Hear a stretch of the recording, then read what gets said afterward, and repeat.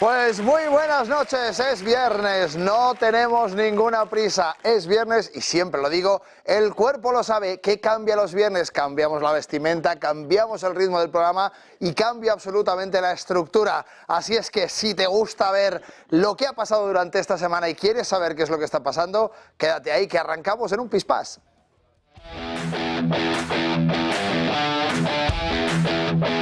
Bienvenidos al nuevo cierre de Wall Street, un programa donde vamos a tener el avance de las claves de José Antonio Bittner y donde la verdad y el rigor van a ser la clave de todo el programa.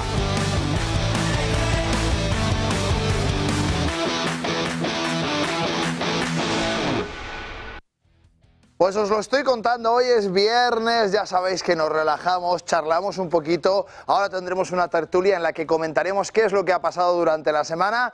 Están poniendo mis compañeros con la manita derecha aquí ese número de teléfono al que podéis llamar para el videoconsultorio en el 609-075-552 con el 0034 o más 34 si es que llamáis o mandáis un mensaje desde fuera de España. ¿Que cómo lo hacéis? Sacáis vuestro teléfono móvil, os lo ponéis directamente delante y nos hacéis un vídeo y en ese vídeo nos consultáis lo que queráis saber. Oye Javier, pues me interesaría saber cómo está Tesla, Amazon, no lo sé, Tubacex, Tubos Reunidos, cualquier cosa que os interese nos preguntáis y lo veremos tranquilamente con el analista que nos acompañará hoy, que no será otro que Gonzalo Cañete.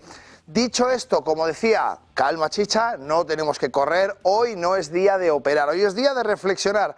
Ayer elecciones en el Reino Unido, no sé si visteis el especial que hicimos, si no lo visteis ya lo estáis rescatando de internet porque fue una auténtica pasada con unos profesionales increíbles donde estuvimos analizando los resultados, lo que estaba pasando, cómo estaba transcurriendo esas elecciones en el Reino Unido y esta semana, el día 30, el día 7, es decir, el domingo, habrá otro especial más para las elecciones de Francia y es que la cosa va de elecciones esta semana, tuvimos día 30 primeras elecciones de Francia, día 4 ayer primeras elecciones electorales, elecciones legislativas, presidenciales y de todo en Reino Unido y vimos esos resultados de la victoria de los laboristas.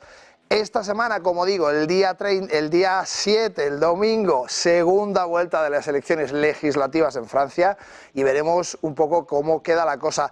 Tendremos un especial también conducido por José Antonio Bittner, así que preparaos para el día 30. Pero hoy lo que toca es estar muy tranquilitos y comentar qué es lo que ha pasado. En cualquier caso, ayer, como fue 4 de julio, Día de la Independencia en Estados Unidos, no hubo mercado y ahora vamos a ver cómo han amanecido los mercados después de ese día de fiesta. Pero si queréis saber de qué vamos a hablar en el editorial de hoy, os diré que hablaremos de los datos de empleo en Estados Unidos y esas nóminas no agrícolas. Y es que parece ser que el empleo público está empezando a sustituir al empleo privado. Lo veremos ahora en el editorial. Antes vamos a irnos a ver ese reloj, a ver cómo están los mercados. En este caso, ahí está, 1 hora, 56 minutos, 14 segundos, 13 segundos.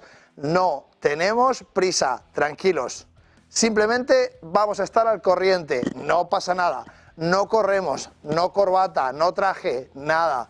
Relax, charla entre amigos y vamos a ver qué es lo que está pasando. Vamos a pinchar mis gráficos a ver cómo está el Dow Jones de Industriales, que fijaos, lo tenemos ahora mismo en un 0,11% de caída. Os lo voy a hacer grande para que lo podáis ver todos y veréis un poco ese comportamiento de este Dow Jones de Industriales que, como veis, bueno, pues ha tenido esta indecisión, sigue con indecisión, pequeña subida, sigue con indecisión. Estamos viendo que no supera esta parte de acumulación, toda esta parte de acumulación que veis en pantalla no es otra cosa que la indecisión, oferta y demanda se encuentran en un punto similar y deciden que es un precio con el que están conformes y por eso nos encontramos en ese punto. ¿Qué sucede con el SP500, el hermano mayor? Pues fijaos dónde lo tenemos, 5.557, aquí la foto es bien distinta y nos encontramos con un 0,48 después de que el mercado ayer estuviera cerrado, ha amanecido con muchísimas ganas. Fijaos, impulso importantísimo, vemos todo este impulso cómo se mueve hacia arriba y vemos en este caso esta vela de hoy que representa toda la jornada bursátil de hoy y que vemos cómo supera máximos históricos y dentro de estos máximos históricos seguimos trabajando. Vamos a ver cómo está el SP500, el Nasdaq, perdón, el SP500 era ese. Vamos a ver cómo está el Nasdaq y lógicamente ya veis que es un poquito más nervioso y que dilata un poco más. ¿Que está en máximos históricos? Pues sí, claro que lo está en 20.380, 81, 79 en este momento, titilando un montón, moviéndose un montón en ese 1.15 en positivo que lleva. Fijaos, con este impulso tan fuerte después de esta zona de recuperación, impulso, corrección para seguir siguiendo, throwback y sigue adelante. ¿Qué significa esto? Pujanza, ganas, fuerza. No es lo mismo que el Dow Jones. Estamos en esa zona de incertidumbre, oferta y demanda machean, se encuentran y por tanto el precio se queda sostenido en ese punto. Aquí, ¿qué sucede? Hay más demanda que oferta y por eso el precio sube. La tecnología sigue siendo muy pujante, sigue apretando duro y por eso vemos estos movimientos que estáis viendo. Dicho lo cual, nosotros nos vamos a ir directamente a mi editorial y es que en este editorial lo que vamos a comentar, como decía, es un poco esos datos de empleo público y es que el empleo público, como os digo, sustituye claramente al empleo privado. Es el titular, veis un poco los gráficos del SP500 con un poco más de perspectiva y veis esta zona, como veis, justamente hecho el editorial de hoy después de que se publicaran los datos de nóminas no agrícolas para tener todos los datos de empleo y de las nóminas, como decía, no agrícolas. Fijaos, en este escenario en el que nos encontramos, hemos visto que se publican distintos datos clave del mercado y los vamos a comentar en la tertulia de hoy, como hacemos siempre. ¿Cuáles son los datos clave del mercado laboral? Fijaos, ingresos medios por hora mensual y anual de junio. El mensual en 0,3, en línea con las expectativas y el mes anterior, y el anual en 3,9, también en línea con las expectativas, pero con una ligera disminución respecto al 4,1 del mes anterior. Si hablamos del promedio de horas de trabajo semanales en junio, veremos que se mantiene estable en esas 34,3 horas y las nóminas de estado de junio vemos un 70,0 significativo aumento comparado con los 25.000 esperados del sector manufacturero, menos 8 en disminución frente a la expectativa del aumento de 6 en las nóminas no agrícolas. Nóminas no agrícolas que han quedado en 206.000, superando las expectativas de 191.000, pero ligeramente por debajo del mes anterior, que son 218.000. La tasa de participación laboral de junio, 62,6, que es estable respecto al mes anterior, y las nóminas privadas no agrícolas, 136.000. Aquí está el kit de la cuestión, fijaos, por debajo de las expectativas, que eran 160.000, y muy por debajo de las 193.000 del mes anterior. Fijaos, estas 136.000 que veis aquí abajo, contrastan muy mucho con las 206.000. Esto significa que la parte de las nóminas privadas han bajado muchísimo, de tal manera que eso nos marca un aumento de las nóminas no privadas, es decir, públicas, ¿vale? Esto significa que la tasa de desempleo U6 estaba en el 7,4 respecto al mes anterior y la tasa de desempleo general de junio en 4,1, un ligero aumento respecto al 4% esperado del mes anterior. Recordad que venimos del 3,5, del 3,6, del 3,8, del 3,9 y ahora estamos viendo ese 4 y 4,1. Parece que el empleo empieza ya a suponer una tendencia, más que un problema, una tendencia. Ojalá tuviéramos en Europa, en cualquier país de Europa, ese 4% de empleo, pero lo cierto es que el empleo en Estados Unidos sigue siendo muy fuerte. Decimos que el aumento de las nóminas no agrícolas del Estado es positivo, mostrando una creación continua de empleo. Sin embargo, la caída de las nóminas del sector manufacturero y las privadas es preocupante.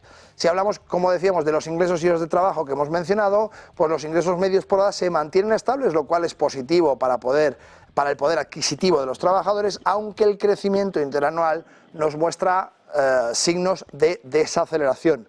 Si hablamos de la participación laboral y el desempleo, veremos que la tasa de participación laboral está estable y sugiere que el mercado laboral puede absorber nuevos trabajadores, aunque el ligero aumento de la tasa de desempleo puede reflejar una mayor oferta de trabajo o un ajuste de la demanda temporal. Conclusión. Los datos de hoy sugieren un mercado laboral que sigue creciendo, pero con algunos signos de desaceleración, especialmente en el sector, como hemos dicho, manufacturero y en el sector privado. Los ingresos estables y la participación laboral constante son señales positivas, aunque el aumento en la tasa de desempleo y la caída de las nóminas privadas podrían indicar desafíos futuros. Estos datos, como decimos, son clave para las decisiones de política monetaria de la Reserva Federal y, por tanto, es importante monitorizarlos, y para los inversores que buscan comprender la salud económica de Estados Unidos y su impacto en los mercados financieros. Dicho lo cual, y teniendo este editorial terminado, os cuento que nos vamos 2 minutitos a publicidad y volvemos enseguida con la tertulia. Y es que en estas tertulias lo que hacemos es comentar, hablar de qué ha pasado durante la semana. Ha pasado mucho, han pasado las elecciones en el Reino Unido, han pasado estas nóminas no agrícolas que nos darán otro punto de vista con nuestros contertulios de hoy, con esos tertulianos con los que charlaremos. Y han pasado muchas cosas más de las que hablaremos en un pispás, así que no os mováis, que volvemos enseguida.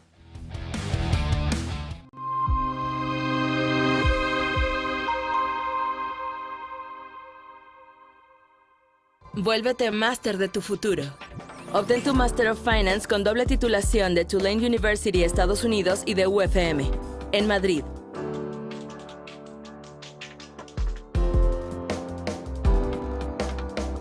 Open Call 2024. Aplica.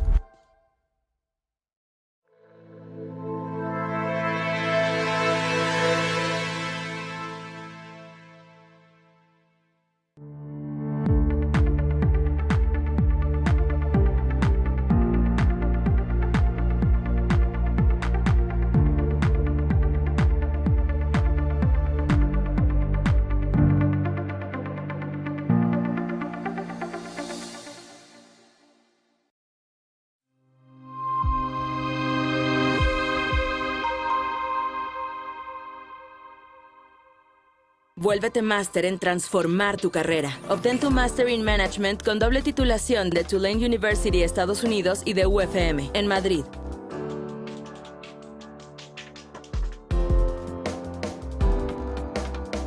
Open Call 2024. Aplica. Ven al Torreón. Estamos en El Pardo, un espacio único en plena naturaleza. Disfruta de momentos de desconexión mientras saboreas la mejor gastronomía. Disponemos de 7 amplias terrazas y salones para todo tipo de eventos. Degusta nuestros exquisitos platos acompañados de una selecta bodega de vinos. A tu servicio, un gran parking y zona infantil. Abierto los 365 días del año. Cocina ininterrumpida desde las 10 de la mañana hasta las 12 de la noche. Haz tu reserva.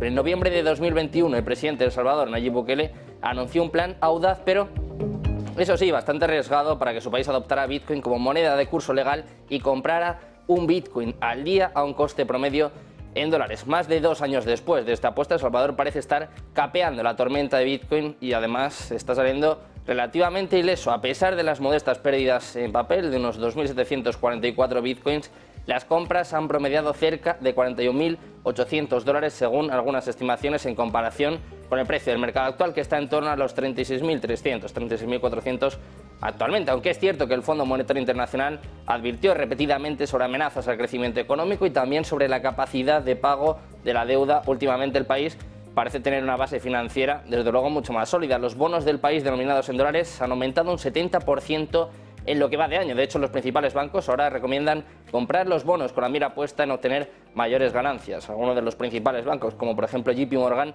estaba hablando precisamente de la fortaleza de los bonos de El Salvador. La ley Bitcoin que promulgó El Salvador tenía como principal objetivo aprovechar la velocidad, pero también el bajo coste de las criptomonedas para aumentar la inclusión financiera. Como se pueden imaginar, el lanzamiento desde luego fue bastante difícil, bastante complicado, con algunos fallos tecnológicos y también con alguna que otra propuesta, pero este uso sigue siendo, como se pueden imaginar, desde luego de nicho. Sin embargo, el gobierno de Bukele sigue promocionando esta ley como un éxito. Desde luego, más allá de los números, la apuesta le ha salido muy bien. Si nos ceñimos, por ejemplo, si nos fijamos en el área del turismo, que ha incrementado muchísimo desde que El Salvador realizara esta apuesta. Destaca, por ejemplo, el propio Bukele, los proyectos de infraestructura que han sido financiados por Bitcoin y también la electricidad barata que utiliza El Salvador para la minería. Con sus reservas de Bitcoins bajo el agua, el país ha duplicado su apuesta mediante la emisión de bonos Bitcoin para recaudar fondos, pero también para seguir comprando más. Esta arriesgada medida podría resultar contraproducente en el caso de que los precios de Bitcoin caigan. Por ejemplo, si echamos la vista atrás, hace un año pues estaba en torno a los 16.000, 17.000 dólares, como les decimos ahora, prácticamente, bueno, incluso más del doble de lo que estaba hace un año. Pues la apuesta de El Salvador empieza a salir bastante bien, con pérdidas moderadas hasta ahora. El Salvador en un terreno fiscal más estable, como os decíamos. La controvertida apuesta de Bukele por Bitcoin todavía no ha descarrilado la economía, ni mucho menos, como predecían algunos críticos, pero la verdadera prueba está por llegar mientras Bukele busca impulsar la adopción manteniendo los riesgos bajo control. Una apuesta criticada, controvertida, pero que sigue dando réditos a El Salvador.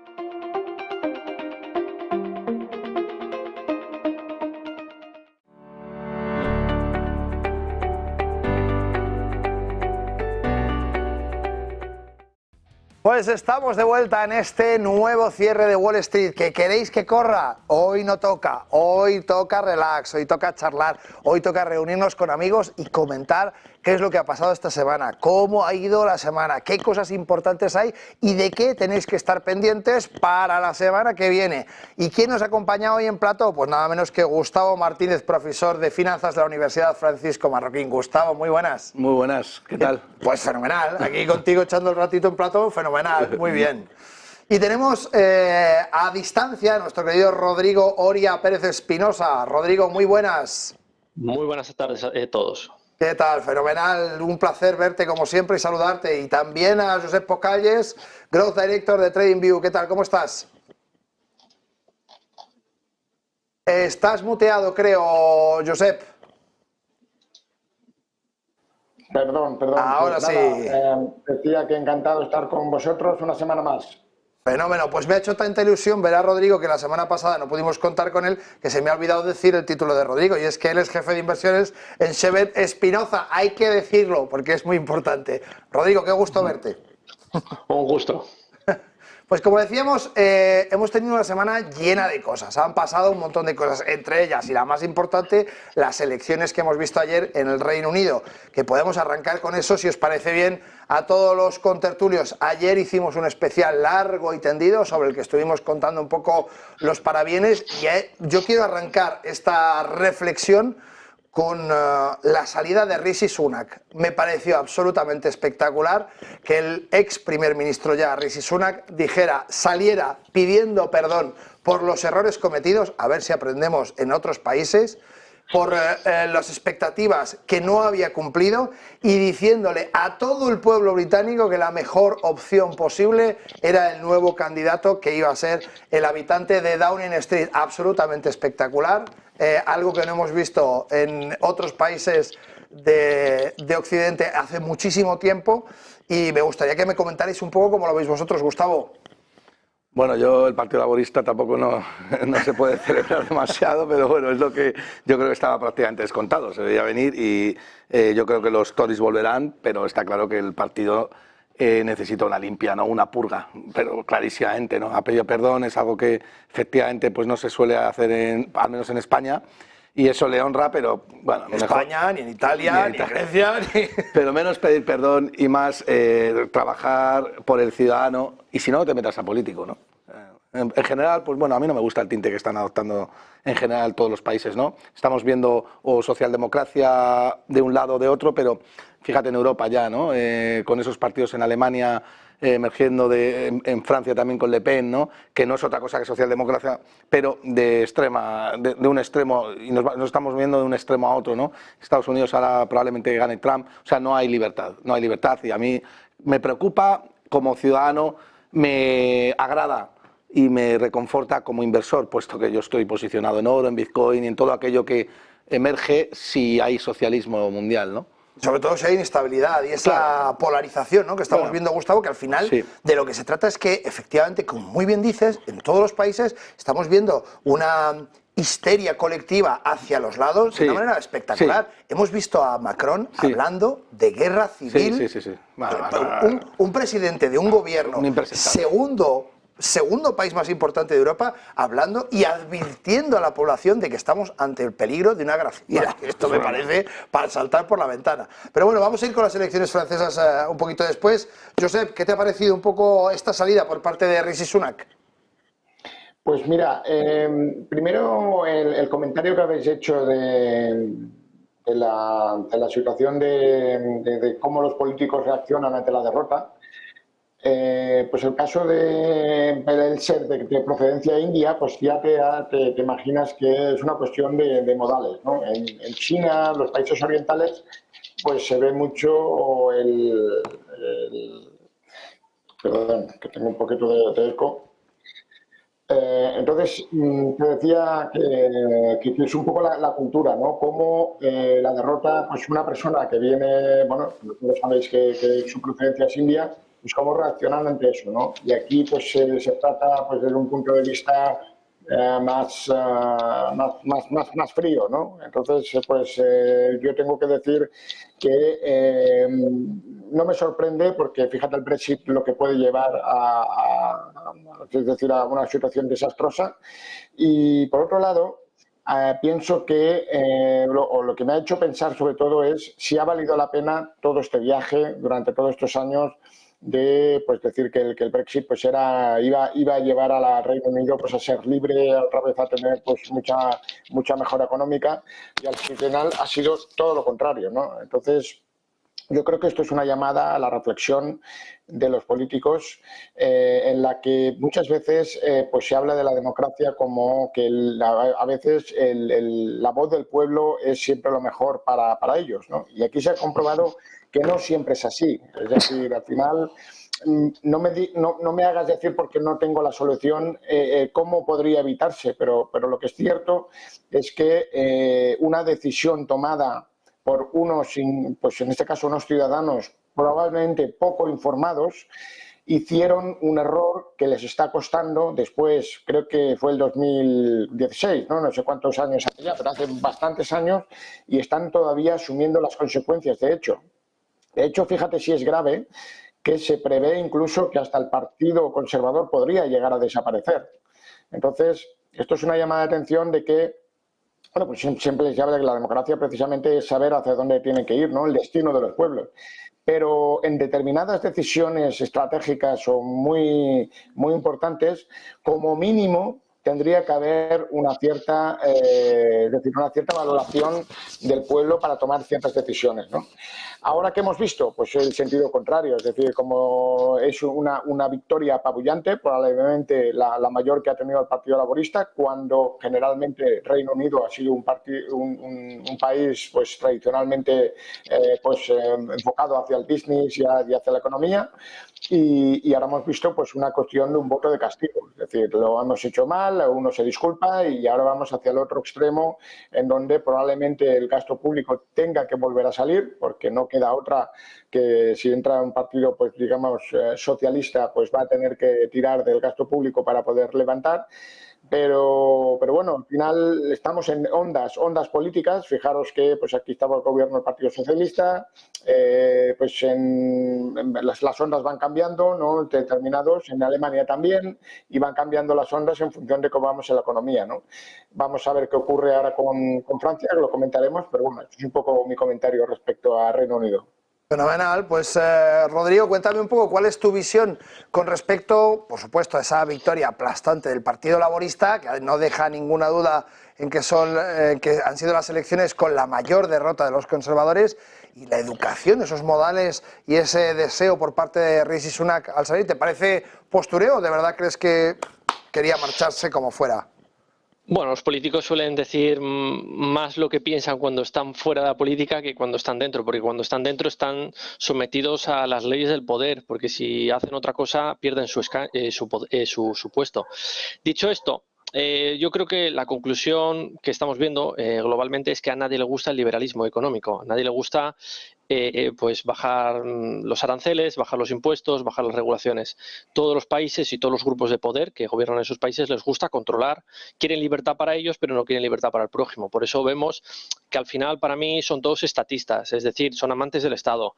Les encanta tanto a la izquierda como a la derecha, son todos estatistas, quieren controlar la vida de los ciudadanos. Al final somos muy pocos aquellas personas que decimos, no, yo es que no quiero gobernar tu vida, pero tampoco me digas a mí lo que tengo que hacer.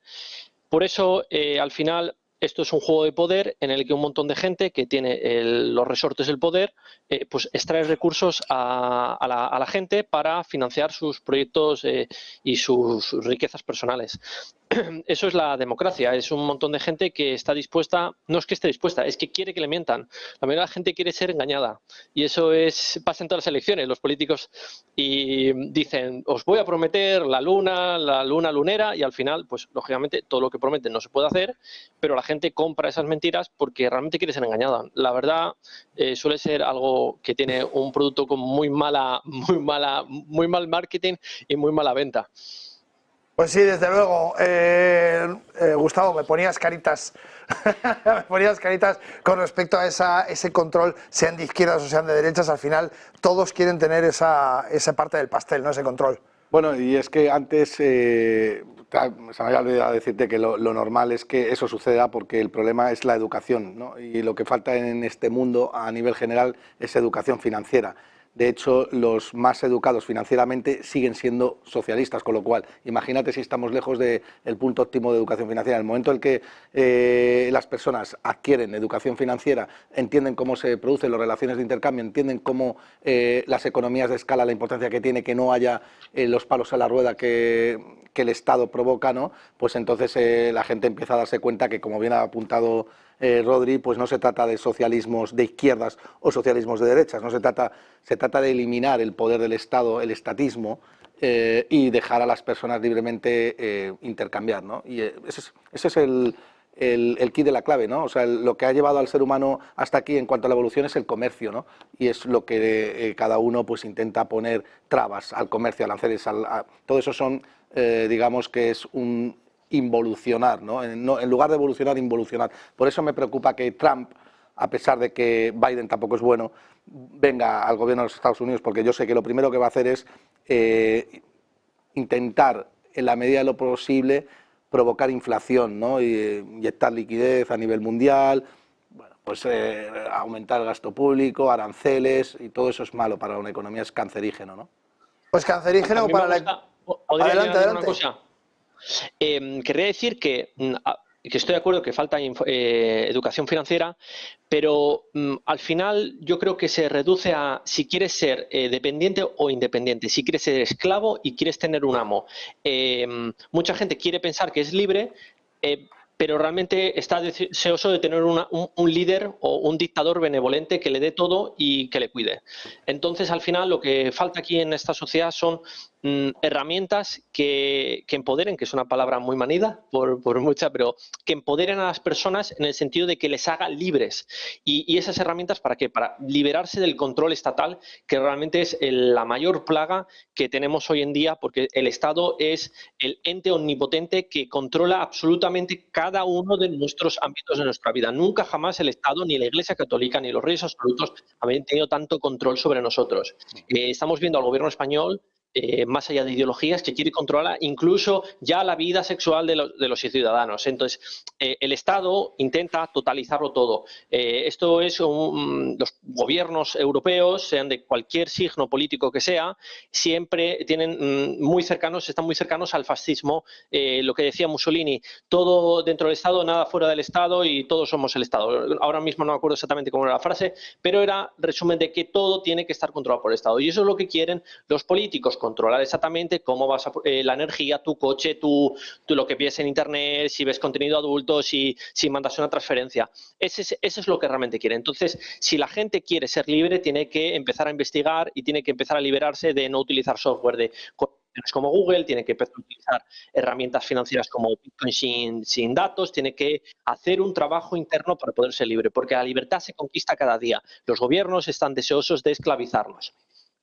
Pues hombre, desde luego lo que sí que estamos viendo en esa polarización de la sociedad, Rodri, es que cada vez más se hace cierto ese famoso dicho de que tiempos duros hacen seres humanos, hombres, trabajadores duros, que hacen tiempos prósperos, que a su vez hacen personas débiles, que a su vez hacen tiempos duros. Y esto es un poco en la rueda esa en la que nos encontramos metidos y donde quizá ahora más que nunca esa debilidad de los tiempos prósperos que hemos vivido, del estado del bienestar que hemos vivido, empieza a distribuirse hacia un control de los estados, ¿no? Y creo que esto es lo que estamos viendo un poco todos en las distintas economías y sobre todo además ahora, si ya metemos un poco la cuñita de las CBDCs, que ya es el colmo de los colmos de voy a controlarlos absolutamente en todo. En China, como sabéis, ya las cámaras directamente, cuando hay algún señor que debe una cantidad al estado determinado, con la cámara lo localizan por la calle y le ponen en los carteles moroso.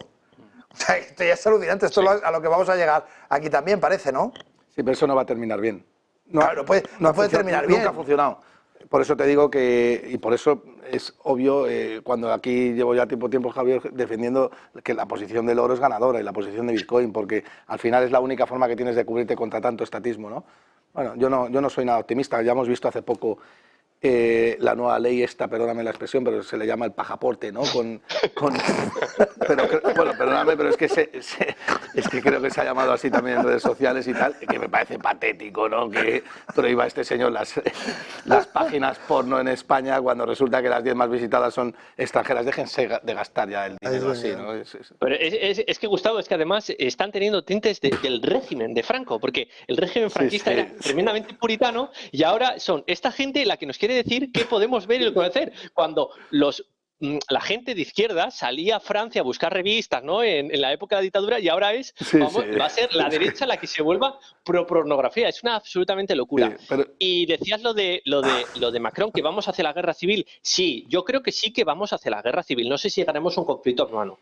Porque la democracia es la sumisión de la minoría a la mayoría. Sí. Y si el Estado sigue totalizando cada vez más áreas de la vida, habrá más conflicto, porque lo que quieres, igual no es lo que yo quiero. Y si la mayoría sigue lapidando a esa minoría, diciendo lo que tiene que hacer, pues al final, y encima quieren gobernar absolutamente cualquier esfera de nuestra vida, pues surgirá el conflicto, porque no habrá absolutamente nada que esté dentro de la esfera privada.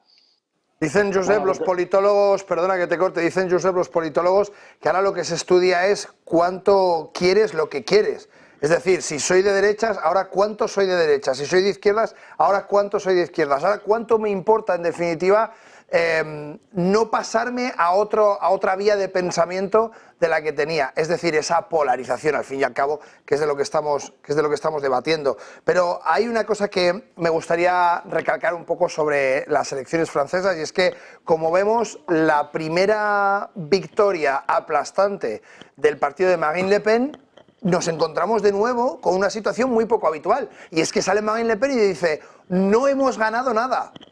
Hola, perdón, o sea, una victoria aplastante justamente cuando lo que estamos acostumbrados es a ver unas elecciones que quedan muy cerquita, que ganan por poquito, que tienen que hacer coalición con 27 grupos distintos y que además se dan unos aires triunfalistas terribles, no solamente en España, sino en el resto de Europa.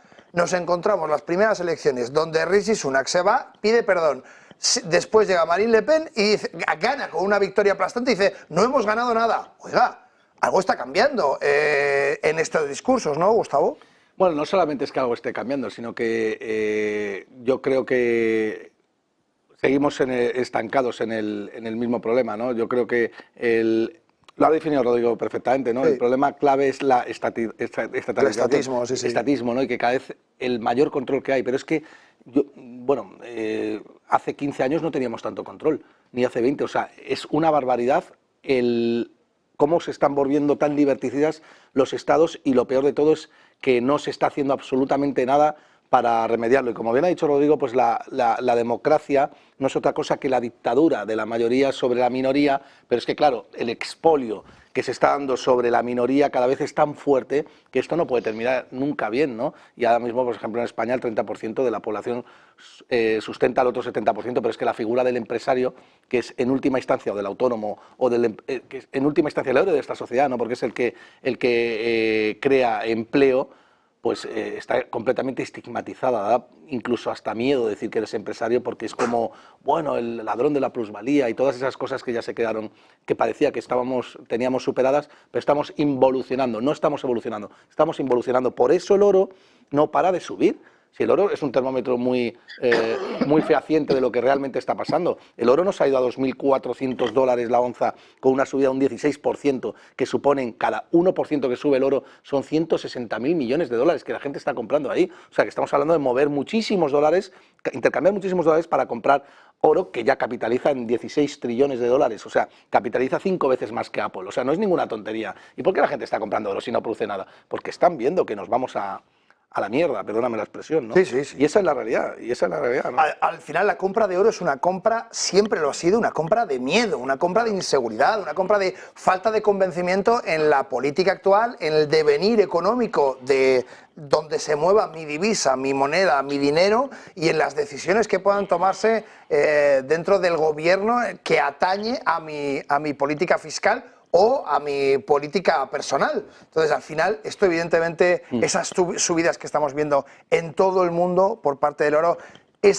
China que lleva más de 10 años comprando oro a expuertas, acumulando crudo a expuertas, creando tank farms, creando granjas de tanques de crudo pesado y extrapesado para combatir más adelante, todo eso al final es, no voy a decir un plan establecido, pero evidentemente es una previsión que en Occidente nos falta y que estamos viendo en este último año. Pero claro, si lo estamos viendo en este último año, tiene un motivo, ¿no, Josep?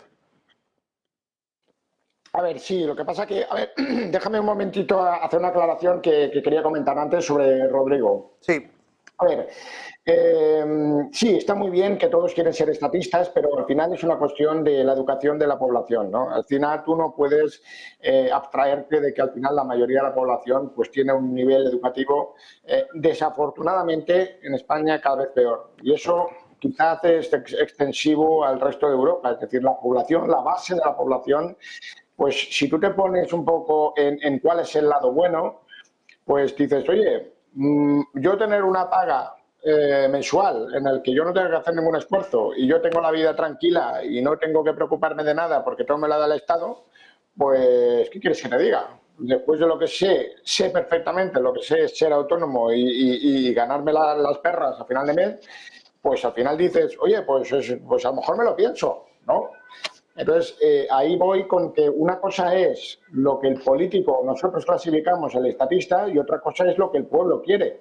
Y el pueblo vamos hacia que cuanto más común sea todo, pues perfecto. Es decir, al final, ¿qué gana? Gana el peso de tener un pueblo, dijéramos, subvencionado, un pueblo que tiene su paguita, que tiene sus recursos. Lo vimos en la pandemia. Entonces, al final nadie se levantaba para determinadas circunstancias porque el poder de todas esas normas que luego se declaran inconstitucionales, pues bueno, poco ruido han hecho después. Es decir, se ha quedado ahí en el pasado, ¿no? Entonces, al final, pienso que tenemos los políticos que nos merecemos. Y eso pues es una realidad. Y las ondas que te decía a nivel económico que nos están pasando, pues bueno, tú dices, bueno, es que el euro está subiendo porque hay desconfianza en el sistema. Bueno, pero ¿cuánta de esa gente que está en un cierto nivel que se puede decir de pobreza, porque al final eso es lo que hace el socialismo, repartir pobreza, puede llegar a comprar oro para decir que tiene desconfianza en ese sistema? Pues, ¿qué quieres que te diga? Pienso que al final esas manos, pocas manos, se están concentrando en el oro y lo que sí que pienso es que los conflictos vienen cuando hay una diferencia de desequilibrio de las fortunas respecto al resto del pueblo. Pero bueno, eso no lo vamos a cambiar. El político es un animal depredador que es capaz de detectar sangre a distancia y entonces pues lo que se están viendo al final es el resultado de lo que la gente quiere, ¿no? Y tenemos que pasar por eso. En Francia también. En Francia van a decir, bueno, es que Francia no tiene suficientes problemas ya para irse ahora a una extrema derecha. Bueno, pues sí que los tiene, pero ¿lo puede hacer mejor que el otro? Me voy al mensaje que ha dicho Rodrigo. Es que queremos en nuestro subconsciente que nos engañen. Tú quieres que te digan las palabras bonitas. Mira, hablando del mundo financiero, ¿tú qué quieres que te diga un tío, un asesor de inversión? ¿Que te diga que vas a ganar un 3% fijo o que te vas a tener un 30% mensual? ¿Cómo es posible que después de lo que han salido en prensa, continuamente en los medios de comunicación, la CNMV anunciando los chiringuitos, pues todavía sigue habiendo estafas con las criptomonedas, con los productos que son tóxicos, con productos que sabemos que directamente eso es imposible, que es un esquema Ponzi? Bueno, ¿por qué?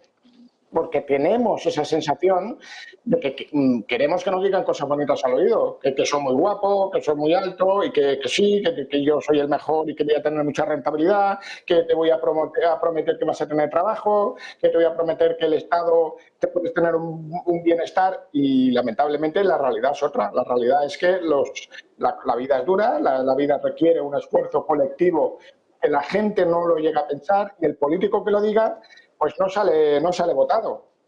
Pues os voy a hacer, perdona que te corte, Josep, os voy a hacer una pequeña reflexión. Decía muy bien Gustavo ahora que, bueno, que efectivamente veamos esa situación donde los empresarios, en concreto en España, son casi demonizados por la actividad que se ocupan. Si ya dices que eres autónomo, ¿para qué te cuento? Además eres un bicho raro y tonto por ser autónomo, porque saben que vas a pagar muchísimo más, pero en una entrevista que teníamos justamente... Eres como el negro que ha sido liberado. Sí. Si eres autónomo, eres el negro que le han liberado, es libre y entonces los trabajadores...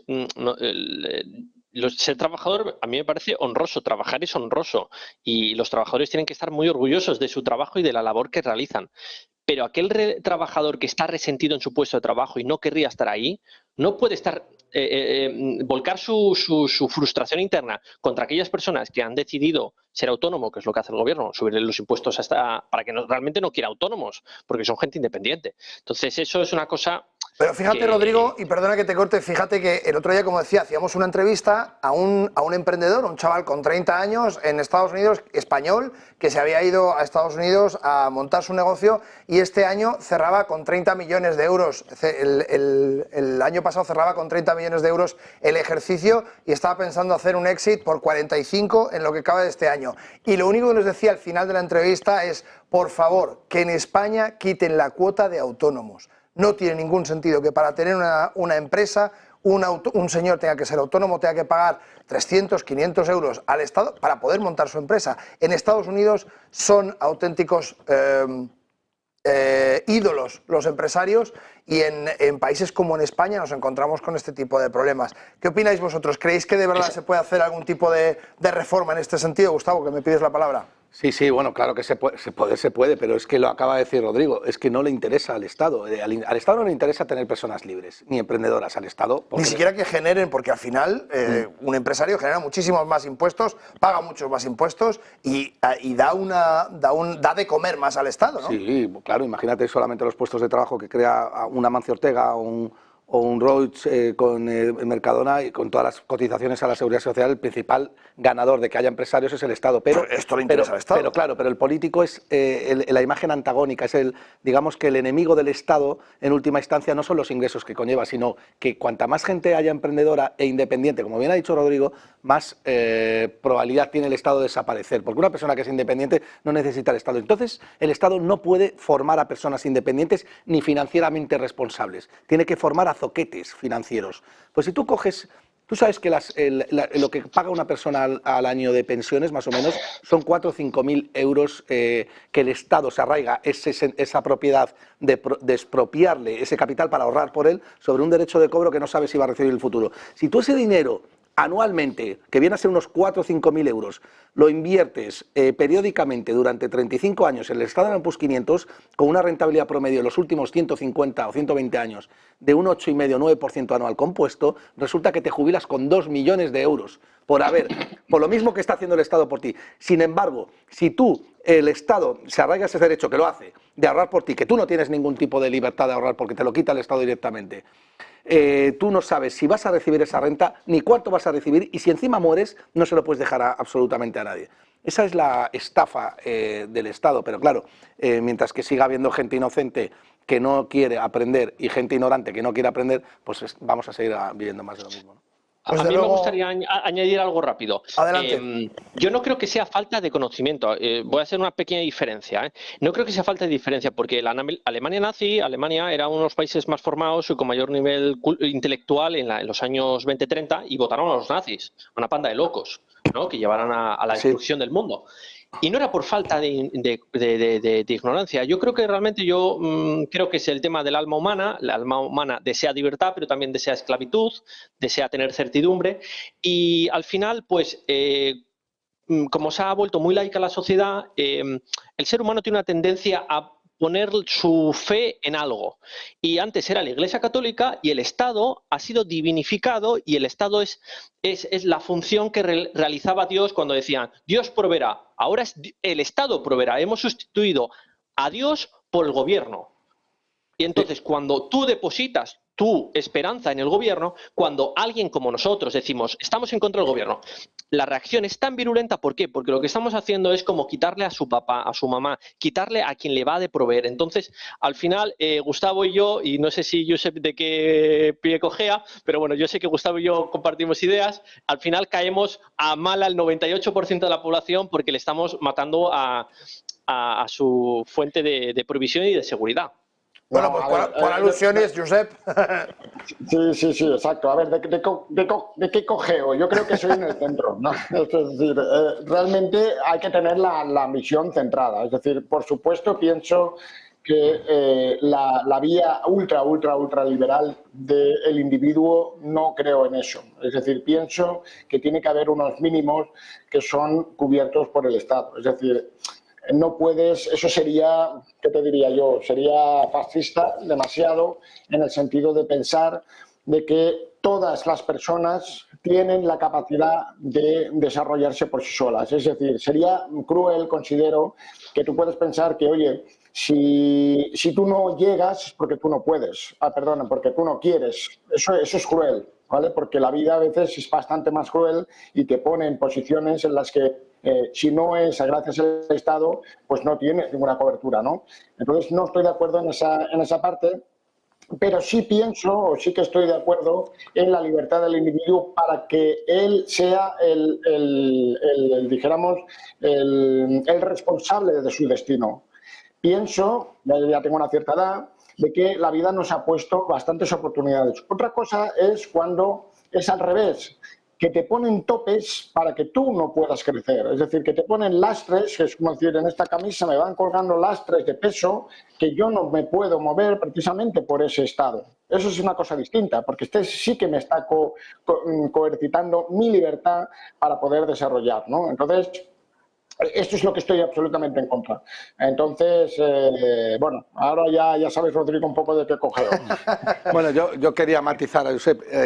A ver, sí, yo entiendo. Vamos a ir justitos porque quiero bajar esto un poquito a la tierra. Estamos muy filosóficos. Sí, Está muy bien, me encanta, ¿eh? Y además, pero es otro también, debate. Claro, es otro debate, pero tenemos que bajar un poquito a la tierra. Al final, esto es un canal económico y a pesar de que me parece súper enriquecedor y está muy bien, tenemos que hablar un poco de qué ha pasado con las nóminas no agrícolas en Estados Unidos. Vamos un poco, si os parece, a centrar un poco más. Bajemos a la tierra, porque al final nosotros estamos aquí para ayudar a que todos los espectadores puedan invertir con decisiones informadas y con un conocimiento que quizá, pues como decimos al final, pues no todos son profesionales y por eso estáis aquí, para ayudar a nuestros espectadores.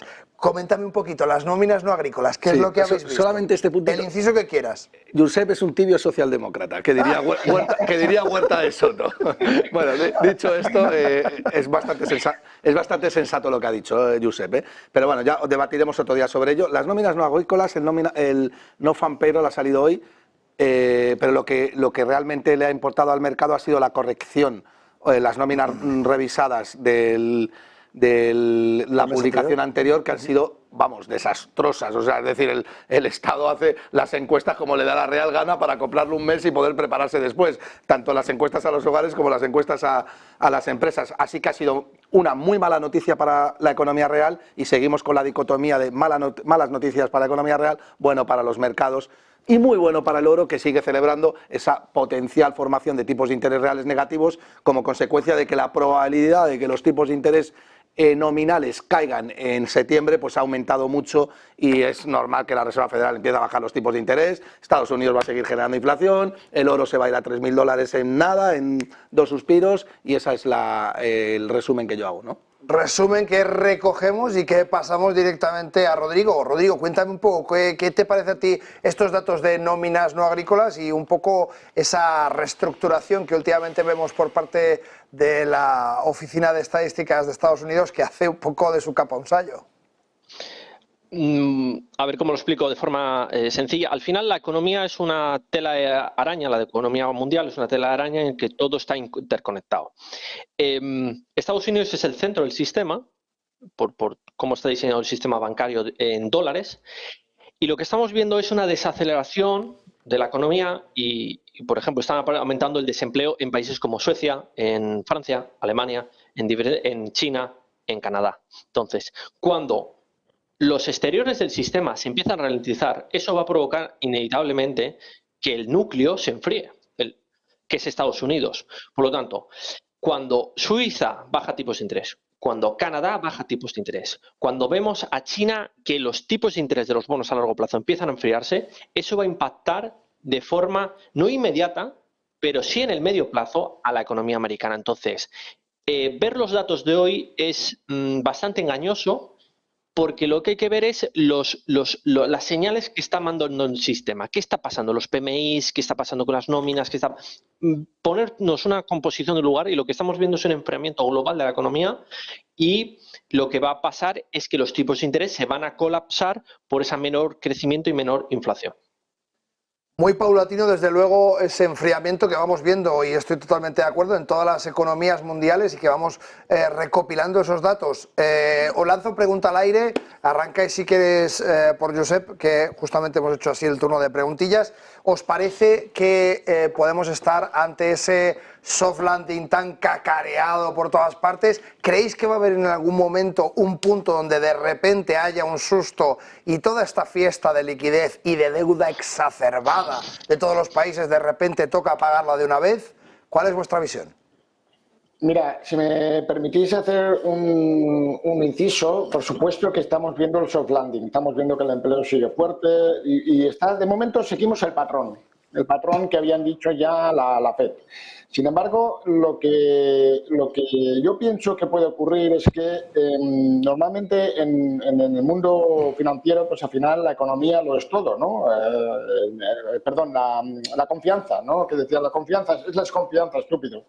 Entonces, lo que sí que puede pasar es que en un momento dado, la confianza no en el dólar, porque eso es un tema también muy cacareado, que si estamos saliendo del patrón del dólar, le quedan muchos años, pero sí que puede haber una falta de confianza en los estados, no en las divisas, es decir, los estados de que se están desbocando, ¿no? Es decir, aquí hay un gasto público que parece que no hay mañana, y por tanto ese cambio de desconfianza por un evento que puede ser fuera de control. Puede ser, por ejemplo, porque podría salirnos por el tema de Rusia, pensar que todavía tenemos ahí puntos de desestabilización internacional. Tenemos Israel, que también es un punto que, aunque lleva muchos años pues enquistado, no se acaba de cerrar del todo. Entonces, esas son sorpresas que podrían darnos pues un cambio de la ruta parecida, ¿no? A corto plazo, pues volvemos a decir lo mismo. Para la semana que viene, pues vamos a ver que de momento todo sigue el plan, es decir, vamos un debilitamiento paulatino del dólar. Rodrigo me dirá, no, es que lo que vamos a ver es al revés, un fortalecimiento, ¿no? Que ya hemos comentado otra semana, pero eso es como lo veo. Yo creo que sí que va a haber un debilitamiento. Pienso que el oro también se va a ir para arriba, porque al final es algo pues tendencial pues a nivel de muchas décadas. Pero de momento seguimos el guión de la FED y poca cosa más. Es decir, vamos a pasar un verano tranquilito, yo creo, en este aspecto, a menos que haya algo desestabilizador como un conflicto bélico o algo, ¿no? Pero de momento no está en el mapa. Y al final los cisnes negros pues ocurren cuando uno menos lo espera. Pues dos pequeños apuntes, compañeros, a ver si podéis pinchar mis gráficos para contextualizar un poco lo que estamos hablando. El oro ahora mismo en 2.390,79, lo podemos ir pinchando y me gustaría un poco preguntarle a Rodrigo, ¿crees que esta fiesta de la liquidez, esta fiesta de la deuda tan absolutamente salvaje, nos va a costar al final a todos un susto en un momento determinado? ¿O te parece que durante este periodo vamos a ver ese soft landing tranquilo que al final, bueno, pues tendrá más o menos importancia, pero que no va a haber un crash importante? ¿Cuál es tu idea al respecto, Rodrigo? Sin tener una bola de cristal. Sin tenerla, claro, aquí no somos adivinos ninguno. No la tengo, obviamente. Yo realmente invierto en tendencias a largo plazo porque es más fácil. Apostar a hechos muy concretos es la fórmula perfecta para perder dinero. Dicho eso, yo creo, no creo que vayamos a ver el soft landing. Realmente yo creo que realmente va a haber una desaceleración importante, porque un soft landing sería como una situación idílica y lo estamos viendo en el sistema, esa caída tan abrupta del precio del acero, estamos viendo ya empezar las bajadas de tipos de interés, estamos viendo la situación en China. Entonces me sorprendería muchísimo que esta situación de repente, bueno, pues bajáramos y no pasara nada. Yo realmente creo que va a haber una resaca porque al final el sistema económico fue muy trastocado con la pandemia y veo pues un crash. ¿Cómo de fuerte? No lo sé. No sé si va a ser como 2008, eso sería un caso quizá extremo, o una recesión un poco más fuerte, pero no apuesto a que esto va a parar en algo idílico. Bueno, pues teniendo eso en cuenta, Gustavo, cuéntame, ¿cuál es tu visión? Estoy de acuerdo con Rodrigo en parte también. A ver, yo creo que la quimioterapia va a ser dura, ¿no? Pero no va a venir por parte de la Reserva Federal. Es que yo creo que hay un mensaje instalado en el mercado que es incorrecto, ¿no? Cuando la gente dice, no, a ver cómo actúa la Reserva Federal, si va a ser capaz de hacer hard landing o soft landing. La Reserva Federal es un jugador más, que es un jugador potente en el corto plazo, pero pinta poco más. Es que al final estamos hablando de cientos de millones de interacciones diarias y que eso es muy complejo de controlar. O sea, esta visión de planificación económica estatal, pues yo no creo absolutamente nada en ella, ¿no? Yo creo que es obvio que el mercado va muy por delante de la Reserva Federal. La Reserva Federal se pliega a lo que dice el mercado y además es inteligente haciéndolo porque el research fuerte lo hace la renta fija y yo te voy a prestar a ti 1.000 euros al margen de lo que vaya a hacer la Reserva Federal con los tipos de interés, al tipo de interés que yo creo que me va a cubrir contra una potencial inflación, y yo creo que nos vamos a un escenario de inflación hasta que pete todo, que iremos a una deflación profunda, ¿no? En ese escenario estoy de acuerdo con Rodrigo, pero primero vamos a pasar por periodos muy claros de inflación y sobre todo represión financiera, tipos de interés que no pueden controlar esa inflación y que van a estar por debajo, por tanto, de esa inflación, con lo cual vamos a un escenario de estanflación con tipos de interés reales negativos. Estanflación con tipos de interés reales negativos es un poco la visión por parte de Gustavo, pero recordemos que es que resulta que tenemos 34,7 trillones de dólares de deuda en Estados Unidos y esa deuda genera unos intereses, como cualquiera que pide un préstamo y dice, mire, yo me quiero comprar una casa que vale, me lo invento, 100.000 y tiene usted que pagar X de intereses. Pues con esto sucede lo mismo. Lo que pasa es que los intereses de 34,7 trillones de dólares son tan absolutamente salvajes que se aumentan a esa deuda y por tanto es una deuda que no para de crecer. No solamente no hay un techo que se esté respetando, porque cada vez que se pone un techo se lo salta la Reserva Federal como le da la gana, sino que los intereses van añadiendo combustible a esa deuda. ¿No os parece que tiene que haber algún suceso donde esto se rompa? Porque no es infinito. Esos son 12.000 millones, lo que acabas de dar tú son 12.000 millones de dólares diarios que tiene que refinanciar más tarde o más temprano Estados Unidos. ¿Y cómo lo va a refinanciar? Con inflación, es decir, dándole la maquinita de dólares. Pero es que además... ahora mismo ya supone la segunda partida, me parece, presupuestaria o la primera por encima doblando el gasto en defensa de Estados Unidos. Lo que pasa es que Estados Unidos puede endeudarse tanto como quiera. ¿Por qué? Porque tiene una demanda mundial de dólares fortísima. Por eso el escenario que dice Rodrigo es correcto. Realmente, y no estoy de acuerdo con el que dice Josep, aunque sí que estoy de acuerdo en muchas otras cosas que él dice, lo normal es que el dólar tienda a apreciarse porque el resto de divisas van a quedar en nada, precisamente por esta fortaleza que va a tener Estados Unidos, esta demanda mundial que hay, y además va a poder imprimir más la oferta, con lo cual va a hundir el resto de divisas mundiales.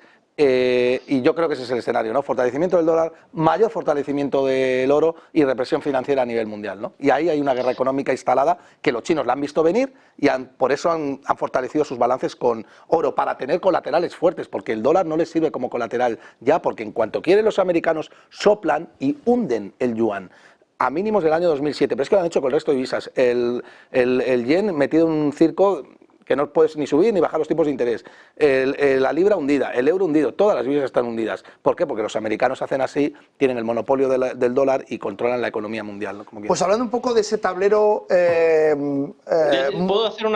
quiero añadir una cosa, que se habla mucho de la deuda, pero toda deuda tiene una contrapartida, que es un activo. Y es el activo de alguien. Entonces, se dice mucho este tema de la deuda de Estados Unidos, pero hay mucha gente que tiene deuda estadounidense. Entonces, si quiebra Estados Unidos, quiebran también sus acreedores, porque tienen muchísimo dinero invertido ahí. Claro.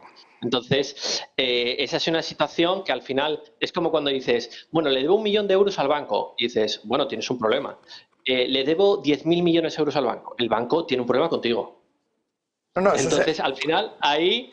Esa es una situación en la que el botón de la quiebra es como un botón de autodestrucción.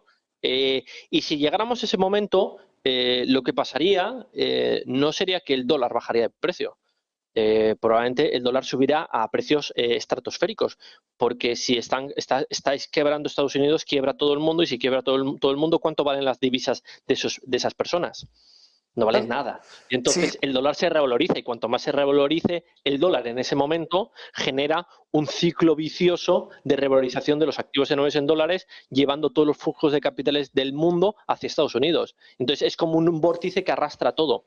Entonces, cuando se habla de la caída del sistema o de cuando Estados Unidos implosione, quizá no sea implosionando Estados Unidos, sino que igual le beneficia, no le beneficiará a largo plazo, pero que quizás sus vecinos son los más afectados más que él. Le afectará mucho a Estados Unidos, pero los otros se van a volar las dos piernas. Estados Unidos igual. Rodrigo, no iba yo a un escenario tan apocalíptico como la implosión de Estados Unidos, aunque evidentemente es complejo un poco pensar en el fin de esta situación, en cuándo esta situación va a alcanzar un punto de quiebra. Sin embargo, iba un poco más a esta manera, este pivote que se hace dentro de la economía en el mundo, y que vemos como distintos bloques en la historia han ido siendo predominantes. Ahora vemos a Estados Unidos, vemos que China empieza a ser un competidor muy fuerte y vemos que India entra de una manera muy fuerte. Y cuando hablamos de esos colaterales con gran peso, como decía Gustavo, con el oro, con el crudo extrapesado para mantener esas materias primas tan necesarias,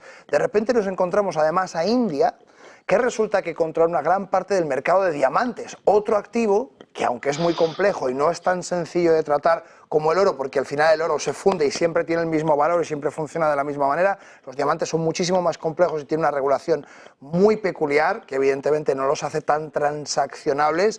Sí que es una reserva de valor infinita, que no se gasta. Un diamante, por más que uno lo tenga años y años guardado en un sitio, no desaparece ni pierde valor. ¿Qué os parece?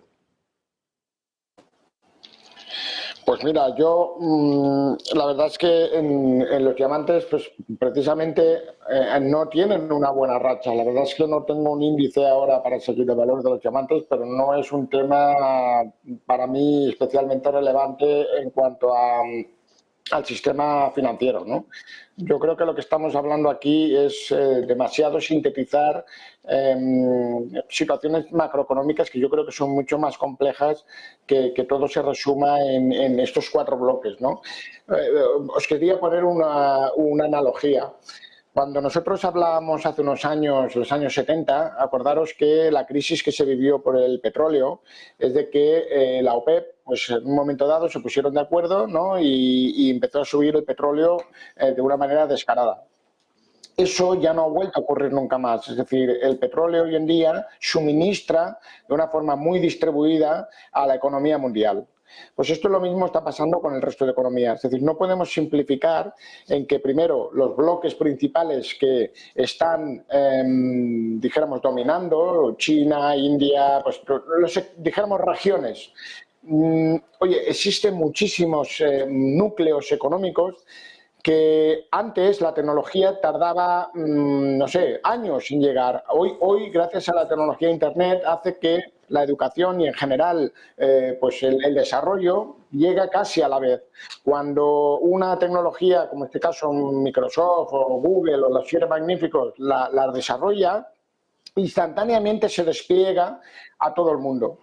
Y eso afecta clarísimamente a la productividad de esos países, porque cuando hablábamos de máquinas, pues eso puedo entender que puede tener un impacto, pero ahora que cada vez vamos hacia temas más digitales, pues sí, podemos hablar de activos fijos como el oro o otro tipo de cosas, pero al final tienen que tener un sentido en el sistema económico, ¿no? Y los diamantes, que yo sepa, pues bueno, puede ser un tema pues a nivel de protección de patrimonio, pero eso tiene un impacto directo con la economía mundial, pues lo dudo, ¿no? Y eso es un poco lo que yo veo, que muchas veces cuando hablamos en estos debates generalizamos demasiado los bloques, pero fijaros, o al menos yo intento poner esa visión de que, oye, Rusia, la guerra de Rusia ha abierto una brecha en pensar que solo existe Estados Unidos y el resto. Oye, lo que está haciendo Rusia es que está diciendo es que hay un grupo de países, porque no solo Rusia, sino todo lo que va, pues Kazajistán, bueno, toda esa zona dijéramos, de Georgia, Moldavia, todos esos países del este, pues están haciendo otro bloque que está surgiendo, ¿no? Otra cosa es que no le dejen participar, pero oye, pero la energía rusa sigue siendo importantísima en el resto del mundo. Que no nos engañemos, que hay una hipocresía, que estamos consumiendo en España petróleo ruso, por mucho que tenga sanciones, ¿no? Entonces, pienso que al final la economía en general pues no se reduce a tener 3 o 4 bloques importantes que nos determinan el resto. Pienso que al final lo que es la producción de productos y servicios está pasando lo mismo a la analogía del petróleo. Se está resquebrajando. Antes podrías pensar, es que las fábricas solo están en Alemania o en China. No, oye, ahora hay países que están determinando que ya empiezan a tener industria propia y que se están empezando.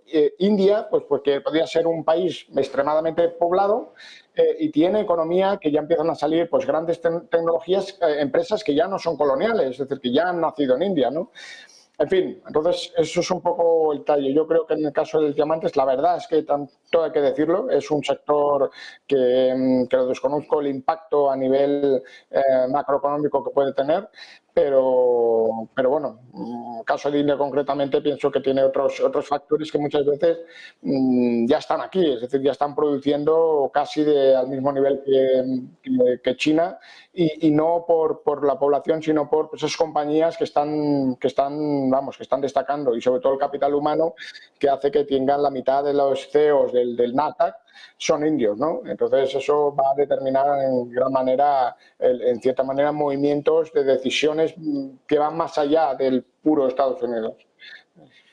Pues vamos a ir a una réplica de Gustavo, que me estaba pidiendo la palabra en este caso, y vamos a contar cada uno en qué tiene que fijarse el inversor en esta semana. Gustavo, adelante. Bueno, no solamente Javier, no es una réplica, simplemente quería introducir un un hecho que creo que es un dato que es clave, y es que ahora mismo el futuro del Standard & Poor's 500 está haciendo máximos históricos, el Nasdaq está haciendo máximos históricos, y el futuro del oro acaba de tocar los $2.400 la onza. Si cogieras, fíjate, el oro sube a la par que sube la bolsa. Si cogieras un marciano, alguien que no tuviera ni idea de lo que pasa en la Tierra ni nada, y le enseñaras estos tres gráficos, diría que estamos probablemente yéndonos hacia un escenario de esta inflación, ¿no? ¿Qué hace el oro subiendo a máximos históricos con la cantidad de pasta que tienes que poner ahí para movilizar el oro a la par que suben las bolsas hacia máximos, ¿no? Con correlación positiva, claro, que no es el comportamiento natural del oro. Fíjate que es que estamos hablando de un activo que presenta aversión por el riesgo con otro que presenta apetito por el riesgo, como las bolsas, ¿no? Y los dos suben. Y los dos suben, ¿no? Entonces, esto es un escenario que está descontando esta inflación, ¿no? Pues muy buen apunte, desde luego. Decidme vosotros, ¿en qué se tiene que fijar el inversor, Rodrigo, esta semana? ¿Qué le tiene que prestar atención o dónde o qué es lo que vas a controlar tú en concreto en esa manera de invertir a largo plazo que todos conocemos? Voy a ser un poco contraria. No me suelo fijar a corto plazo en nada, la verdad. Por eso te he dicho que en el escenario de largo plazo, porque como sé lo que me ibas a decir. Como sé, y quizás no sea la respuesta que quieras oír en un programa que se habla de trading a veces, ¿no? Pero no, yo no me suelo fijar más en tendencias. ¿Por qué? Porque la economía para mí es un transatlántico y para mover un transatlántico tampoco importa mucho si hay un oleaje más o menos alto, sobre todo cuando vas invertido a largo plazo. Si tú haces trading, bueno, pues te importarán las tendencias a corto plazo. Es algo que yo no soy capaz de analizar ni me veo yo con tanta posibilidad de éxito. Entonces, yo siempre me fijo pues en las tendencias macroeconómicas y lo que estamos viendo es la tendencia a largo plazo es un aumento de la deuda, y un aumento de la deuda supone que siempre tienes que estar invertido en activos reales duros. No me pararé de repetirlo nunca, siempre compra Bitcoin, compra oro, porque esos dos activos se van a revalorizados de esta tendencia de populismo democrático, tanto de izquierdas como de derechas, porque al final los estados futuros tienen una cantidad de pasivos, una cantidad de deudas que deben a sus ciudadanos, a pensionistas, en sistemas de bienestar, que más allá de si te gusta o no te gusta, el Estado tiene esos compromisos de pago, y entonces va a tener una situación muy complicada porque ante un envejecimiento de la población eso le va a meter mucha presión a los sistemas financieros, y ¿quién se va a beneficiado? Pues oro, Bitcoin, se va a ver beneficiado la deuda americana, se va a ver revalorizado ciertos activos irreplicables, empresas concretas, empresas que den pues servicios a ciudades. Podríamos aquí hablar más largo. ¿Ves cómo al final, Rodrigo, sí que me dices lo que te preguntaba? Oro, Bitcoin.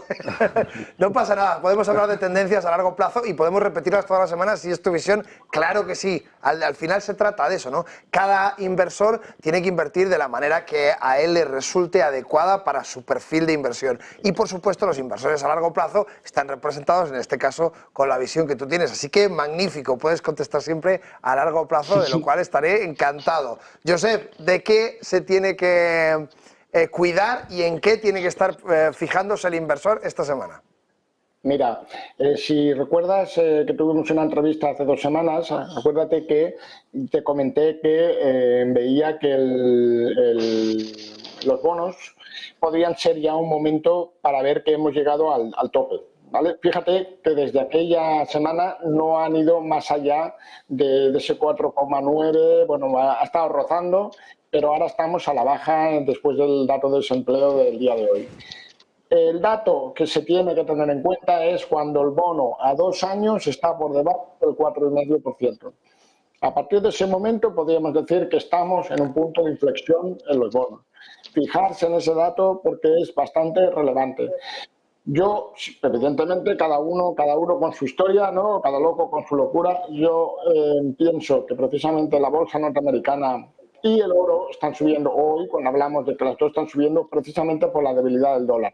Lo que está produciéndose, perdón, Lo que está produciéndose en esos momentos es, oye, aquí va a haber una debilidad, es decir, tenemos que aflojar un poco en la fortaleza del dólar y por eso es lógico, es decir, si tú cógete la bolsa norteamericana y te la pones en otra divisa que no sea el dólar y verás que no se mueve tanto. Sin embargo, si la pones en la divisa dólar, pues si se debilita, pues es normal que suba, ¿no? Que tenga una tendencia alcista. Y lo mismo está pasando con el oro, que sí que es cierto que puede ser que la gente vaya por los activos, pero no precisamente por una cuestión de protección, sino por el tema de la debilidad del dólar, ¿no? Entonces, por tanto, mi mensaje es claro. Por favor, mirar el bono a 2 años.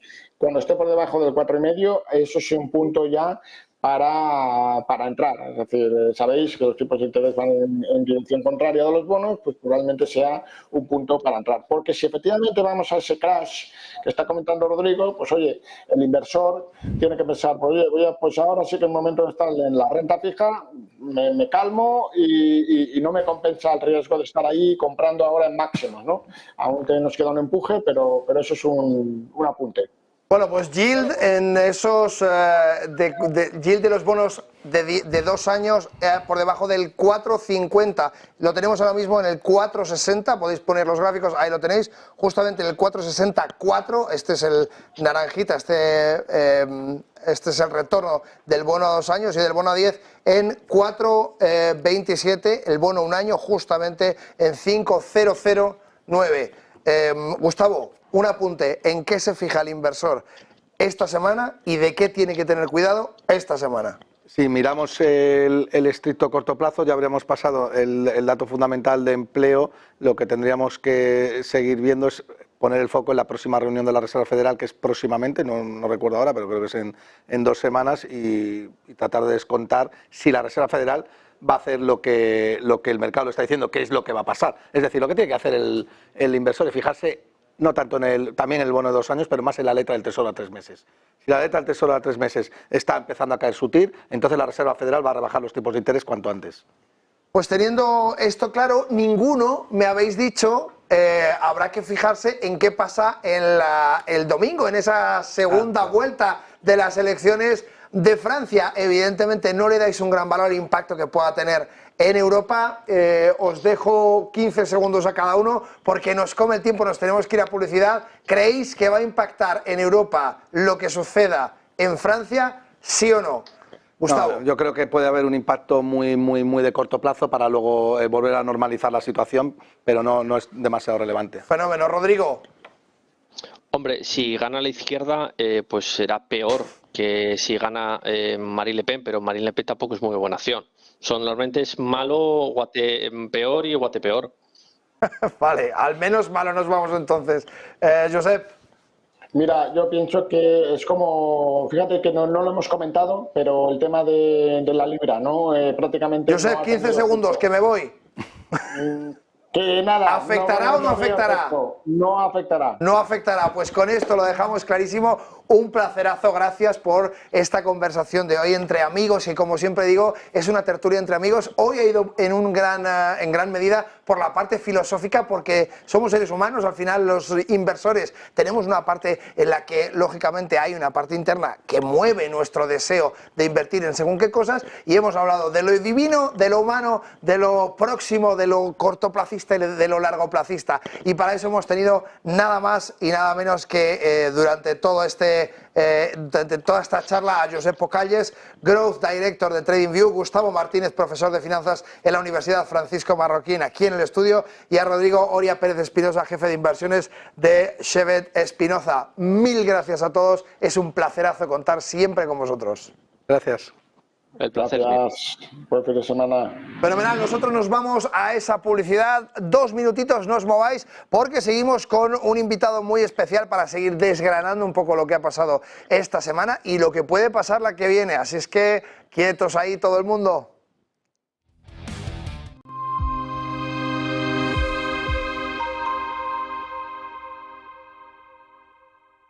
Pensamos que el ciclo económico sigue siendo robusto y por lo tanto es un buen momento para tomar riesgo en renta variable. Bajo esta coyuntura, estos son los 3 factores a monitorizar en el tercer trimestre del 2024. En primer lugar, tanto los fundamentales como los análisis técnicos apoyan a los activos de riesgo. Las economías muestran resiliencia y la inflación es persistente, pero también gestionable. En segundo lugar, China se encuentra en un periodo de estabilización controlada. Existen señales claras de recuperación, pero es muy importante que los responsables políticos continúen apoyándola. Y por último, en tercer lugar, dada la dispersión en los mercados, este es un buen momento para las operaciones tácticas. Las empresas estadounidenses de mediana capitalización y los bonos convertibles son una buena opción en este sentido. Y desde una perspectiva sectorial, nos gustan la tecnología y las finanzas.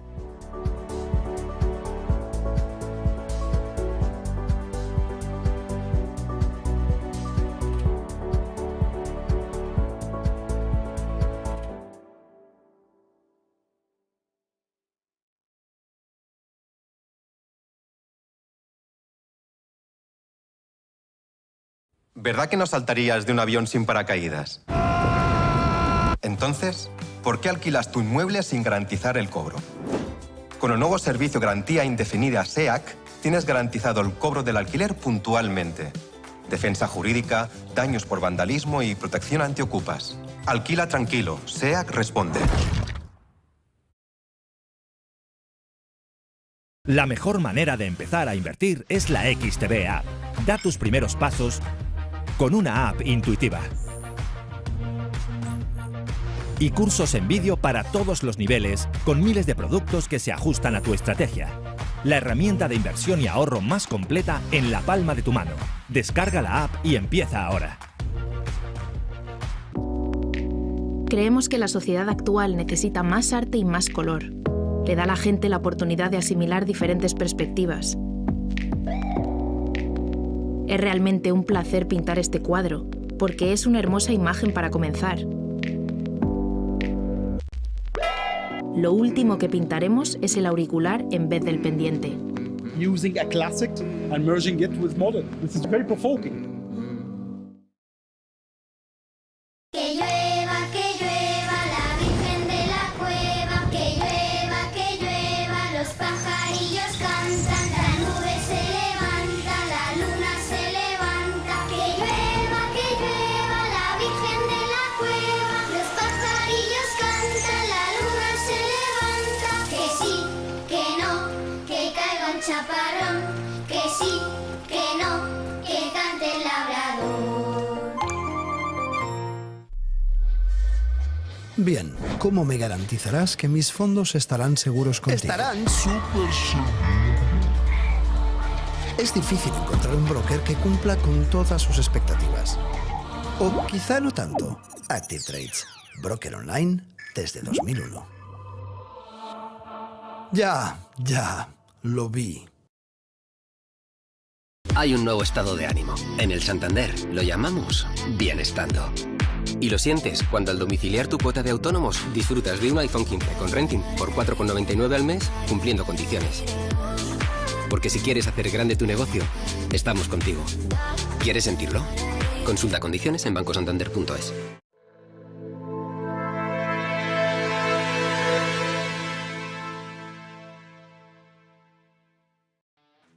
Pues estamos de vuelta en este viernes de relax. Ya lo sabéis, los viernes nos quitamos la camisa, nos quitamos el traje, nos quitamos la corbata y venimos de sport. Nos relajamos y porque se puede hablar también de economía entre amigos y conversando sobre lo que ha pasado, de lo divino y de lo humano, como hemos hecho en la tertulia anterior, y de lo que está sucediendo y de qué cosas tenemos que tener en cuenta. Para eso tenemos a Sergio Castaño, profesor de Relaciones Internacionales de la UCID. Bienvenido.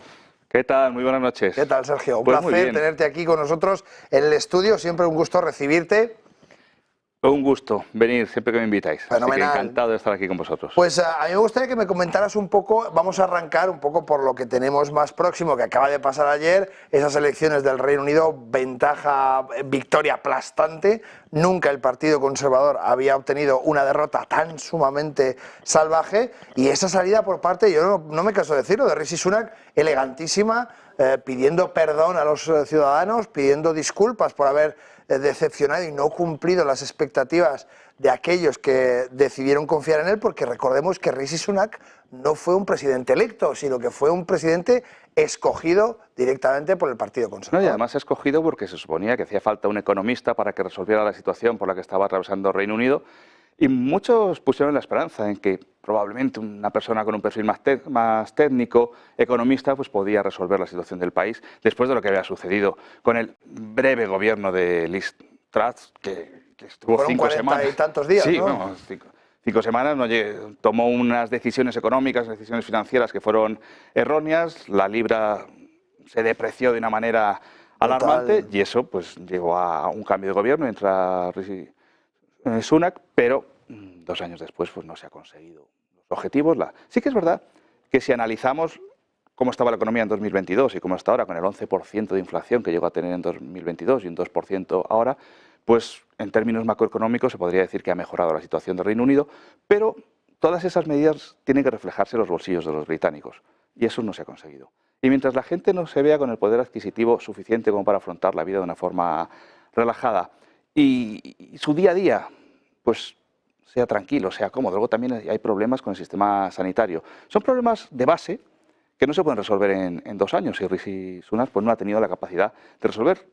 Se necesita, igual estaban hoy diciendo también que el Partido Laborista va a necesitar también un proyecto a medio plazo para poder resolver las situaciones que se han generado y que están planteando muchísimos problemas en Reino Unido. Tampoco va a tener una varita mágica el nuevo primer ministro para cambiar todo de una tacada, de un día para otro, pero es la esperanza que tiene ahora mismo el Reino Unido. Cambio de gobierno, cambio totalmente, porque después de 14 años los laboristas vuelven al poder y vamos a ver. Se habla, Sergio, de ese voto castigo, y ese voto castigo viene un poco de la gestión de la pandemia, que realmente fue un auténtico desastre, las fiestas en Downing Street de Boris Johnson pasándolo fenomenal mientras que todo el mundo estaba confinado, viene un poco de esa, como bien decías, esa política nefasta que hizo Liz Truss, pero al final ese castigo no parece ser para Rishi Sunak, parece ser para el Partido Conservador. Sin embargo, Rishi Sunak es quien ha recibido todos los golpes, ¿no? Pero Rishi Sunak ahora era la cabeza visible y quien ha tenido que recibir este varapalo, porque ha sido un varapalo espectacular, ¿no? Se preveía ya en las encuestas, pero si esto lo plantean hace 2 o 3 años, pues nadie habría pensado que el Partido Conservador podía caer de esta manera. Pero es una trayectoria, una evolución del Partido Conservador, desde que David Cameron tuvo una aceptación internacional y una aceptación dentro del Reino Unido que parecía que era un digno representante para mantenerse durante varios años en el poder, pero sin embargo las 2 decisiones clave que tomó, el referéndum de Escocia y el Brexit, pues acabaron con su carrera. El referéndum de Escocia, que lo ganó por un porcentaje muy exiguo, y el Brexit, pues que también por un pequeño porcentaje, pero llevó al Reino Unido a salir de la Unión Europea, y a partir de ahí pues inicia un proceso de despropósitos permanentes dentro del Partido Conservador. Y el Partido Conservador, con Boris Johnson, además, parece que se inclina hacia una política mucho más populista, que en un primer momento pudo calar, porque Boris Johnson gana las elecciones, pudo ser aceptada, pero cuando esas medidas que toma Boris Johnson no consiguen resolver los problemas que venían ya, y podemos irnos a los problemas del Reino Unido desde el Brexit. ¿Por qué triunfa el Brexit? ¿Por qué Nigel Farage consigue que su propuesta del Brexit sea apoyada por varios británicos? Nigel Farage, que ha conseguido, por cierto, 4 millones de votos, y veremos en un futuro cómo... Además, una de las sorpresas importantes que ha habido dentro de estas elecciones. Pero ahí hay un voto de castigo. En todos los países, si analizamos todos los países, vemos cómo el electorado va buscando alternativas. Podemos irnos a España en 2011, después del 15M. Quiere castigar al Partido Socialista, mayoría absoluta de Mariano Rajoy. Mariano Rajoy no consigue los resultados esperados y se acaba con el bipartidismo y empieza a haber una pluralidad en España con Podemos, con Ciudadanos, con Vox. En Italia, pues también la situación ha sido muy similar. Con el Movimiento 5 Stelle. En Francia, que tenemos elecciones el domingo, seguramente que luego vamos a hablar de ello, también ha habido diferentes cambios en por parte del electorado, la victoria de Macron, y en Reino Unido pues también lo estamos viendo. El Brexit parecía que podía ser la solución a los problemas del Reino Unido, pero el Brexit al final ha generado muchos más problemas que soluciones. Después del Brexit hay un cambio dentro del Partido Conservador, llega Boris Johnson también fracasa, con lo que estábamos comentando, lo de las fiestas en Downing Street, que fue ofensivo no solo para los británicos, sino para todo el mundo que estábamos sufriendo las consecuencias de la pandemia, y que te marca cómo en ocasiones la clase política vive en una dimensión diferente a la del resto de la sociedad. Y esto pues es difícil de aceptar para un electorado que ha castigado a Boris Johnson, ha castigado a Liz Truss y al final ha castigado también a Rishi Sunak. ¿Te parece que es que Rishi Sunak no ha conseguido implementar ninguna medida económica? Porque, como muy bien has dicho, Rishi Sunak entra por ser economista. Sí. Es decir, necesitamos a alguien que sepa cómo arreglar este entuerto.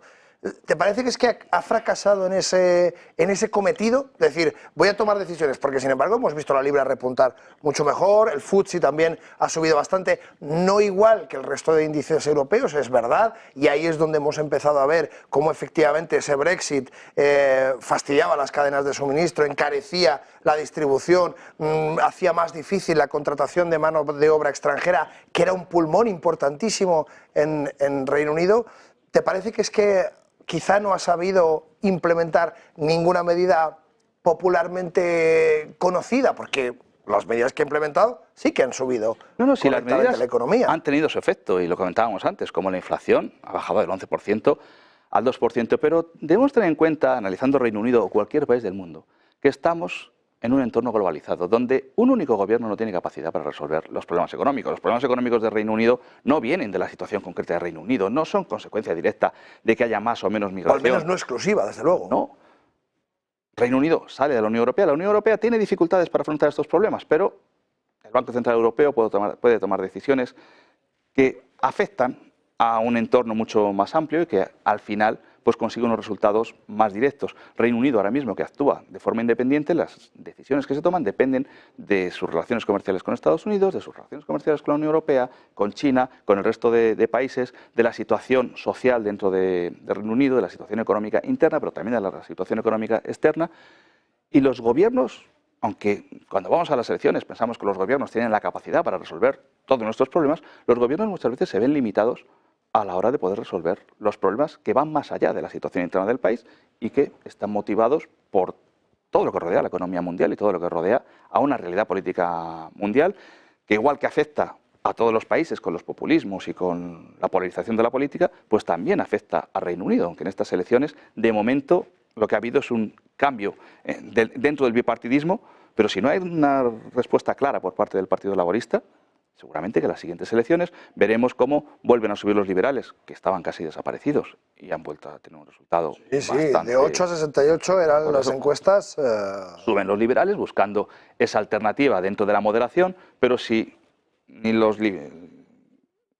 laboristas, ni los conservadores, ni los liberales terminan dando una respuesta que satisfaga a la sociedad británica, pues veremos cómo emergen partidos como de Nigel Farage o otras opciones más en los extremos. Tenemos, me están diciendo justamente, un directo de Joe Biden que nos está pidiendo paso para saber exactamente cuál es el minuto y resultado, como decimos justamente, de este directo. Vamos directamente con Biden y lo comentamos enseguida.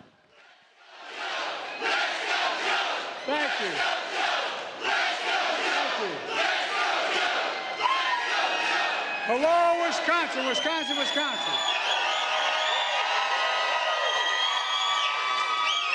I gotta thank somebody. Gaylord Nelson, I'm back. He first introduced me to Wisconsin a long time ago when I was a kid.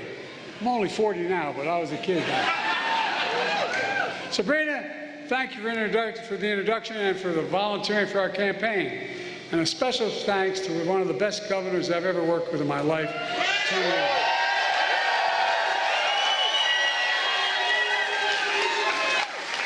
You've got a former governor, Jim Doyle, Madison Road,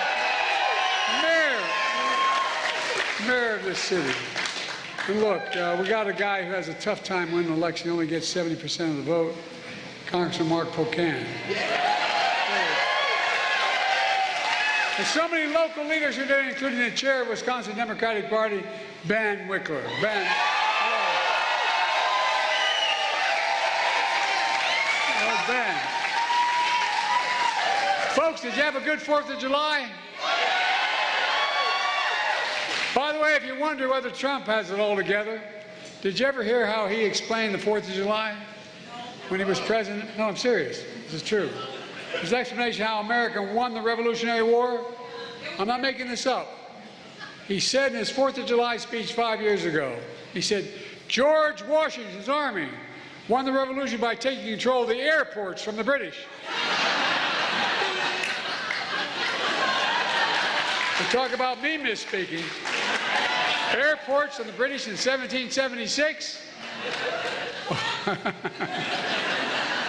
It's true, he is a stable genius, this man.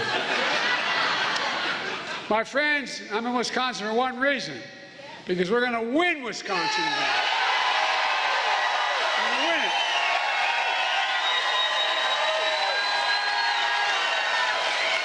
And let me tell you how we're going to do it. You know the reason. We're going to do it because of you all in this room to start with. Well, we're going to stand up for women in America. We're going to restore Roe v. Wade, the law of the land. We're going to stand up for the right to vote again. We're going to fight for Medicare and Social Security and child care, elder care, paid leave, all which grows economies. We're going to keep lowering the cost of prescription drugs and expanding health care for everyone. Not just. Look, we're going to protect our children from getting weapons of war off our streets. That's what we're going to do. The idea that more children die from gunshot wounds in America is so wrong. It's sick. It really is sick. We're going to keep confronting climate change. The most important, we're going to save our democracy.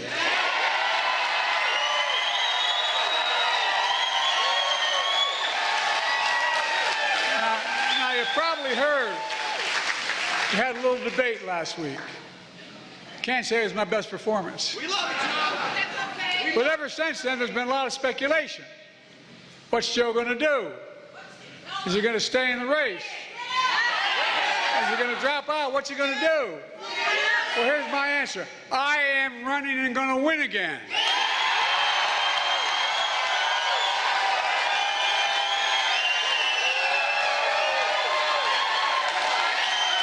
Because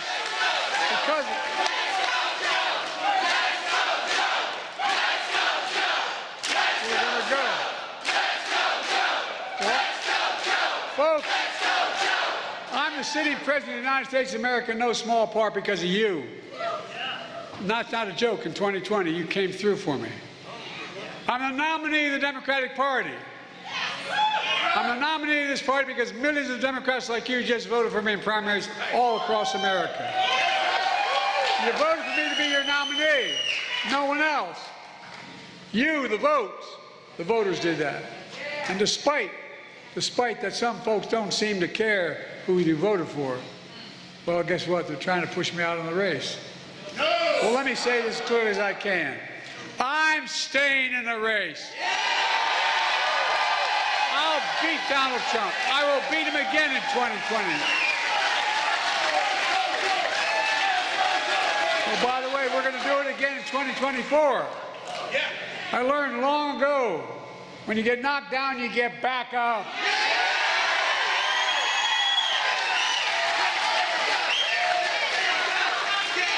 And I'm not letting one 90-minute debate wipe out 3.5 years of work.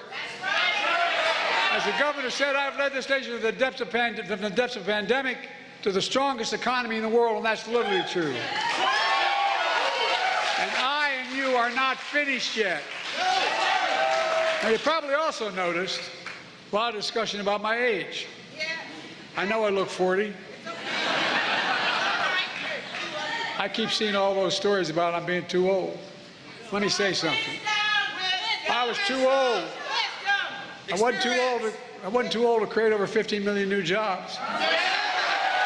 To make sure 21 million Americans are insured under the Affordable Care Act. To beat Big Pharma, the first one to ever do that, and lower the cost of insulin to $35 procedure.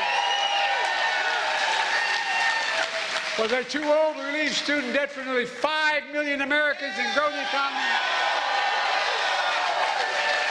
Too old to put the first black woman on the Supreme Court of the United States of America? To sign the Respect for Marriage Act? Was I too old to sign the most significant gun safety law in 30 years? To pass the biggest climate bill in the history of the world, not here, the history of the world. But then, my critics say, sure, but he did all that. But that was in the past. What about now? Well, how about the 200,000 jobs we announced yesterday?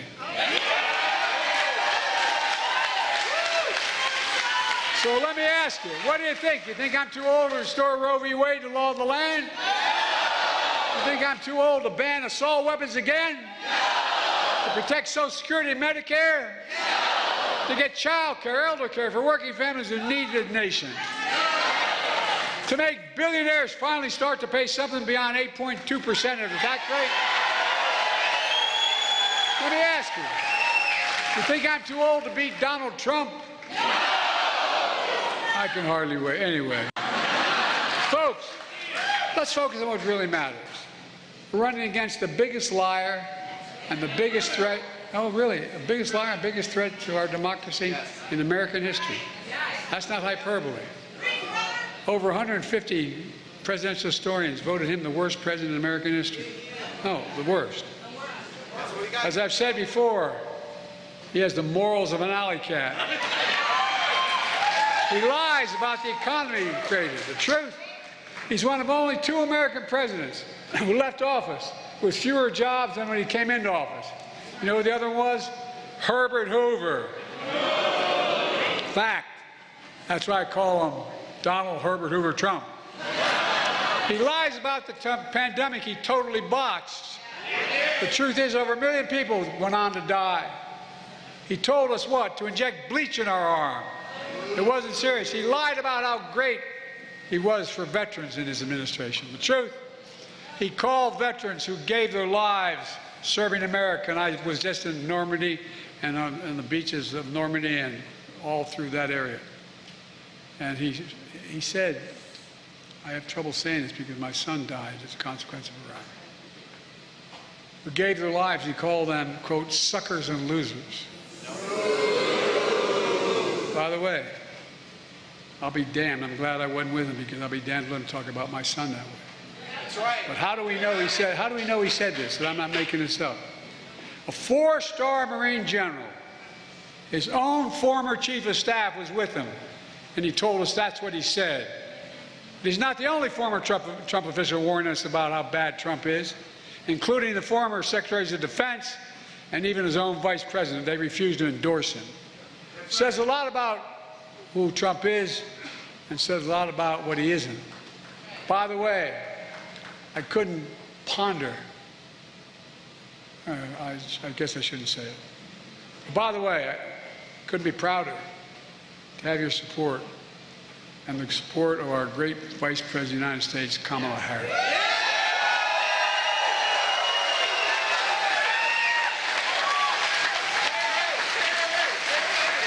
Trump is a convicted felon, found guilty, 34 felonies. Lock him up. Trying to hide hush money payments to a porn star. Another jury found Trump sexually assaulted a woman in a public place, and he's been fined $90 million for defaming her. $90 million. They've only been bankrupt about 20 times, but I don't know. This so-called great businessman owes over $400 million in fines after being convicted in New York State of business fraud. Already convicted. Fined $400 million. Donald Trump isn't just a convicted criminal. He's a one-man crime wave. But Trump's biggest lie of all because it had nothing to do with the insurrection of January 6th. We all saw with our own eyes. We saw we sent thousands to attack the Capitol. We saw police being attacked, the Capitol being ransacked, the mob hunting for Nancy Pelosi, gallows set up to hang Mike Pence. Let me ask you something. After what Trump did on January 6th, why would anyone ever let him be near the Oval Office again? Folks, the issue in this election is, what kind of America do we want to be? What kind of America do we want to be? Do we want to be a country of anger, revenge, and retribution? Or a country of hope and optimism and possibilities, as we've always been?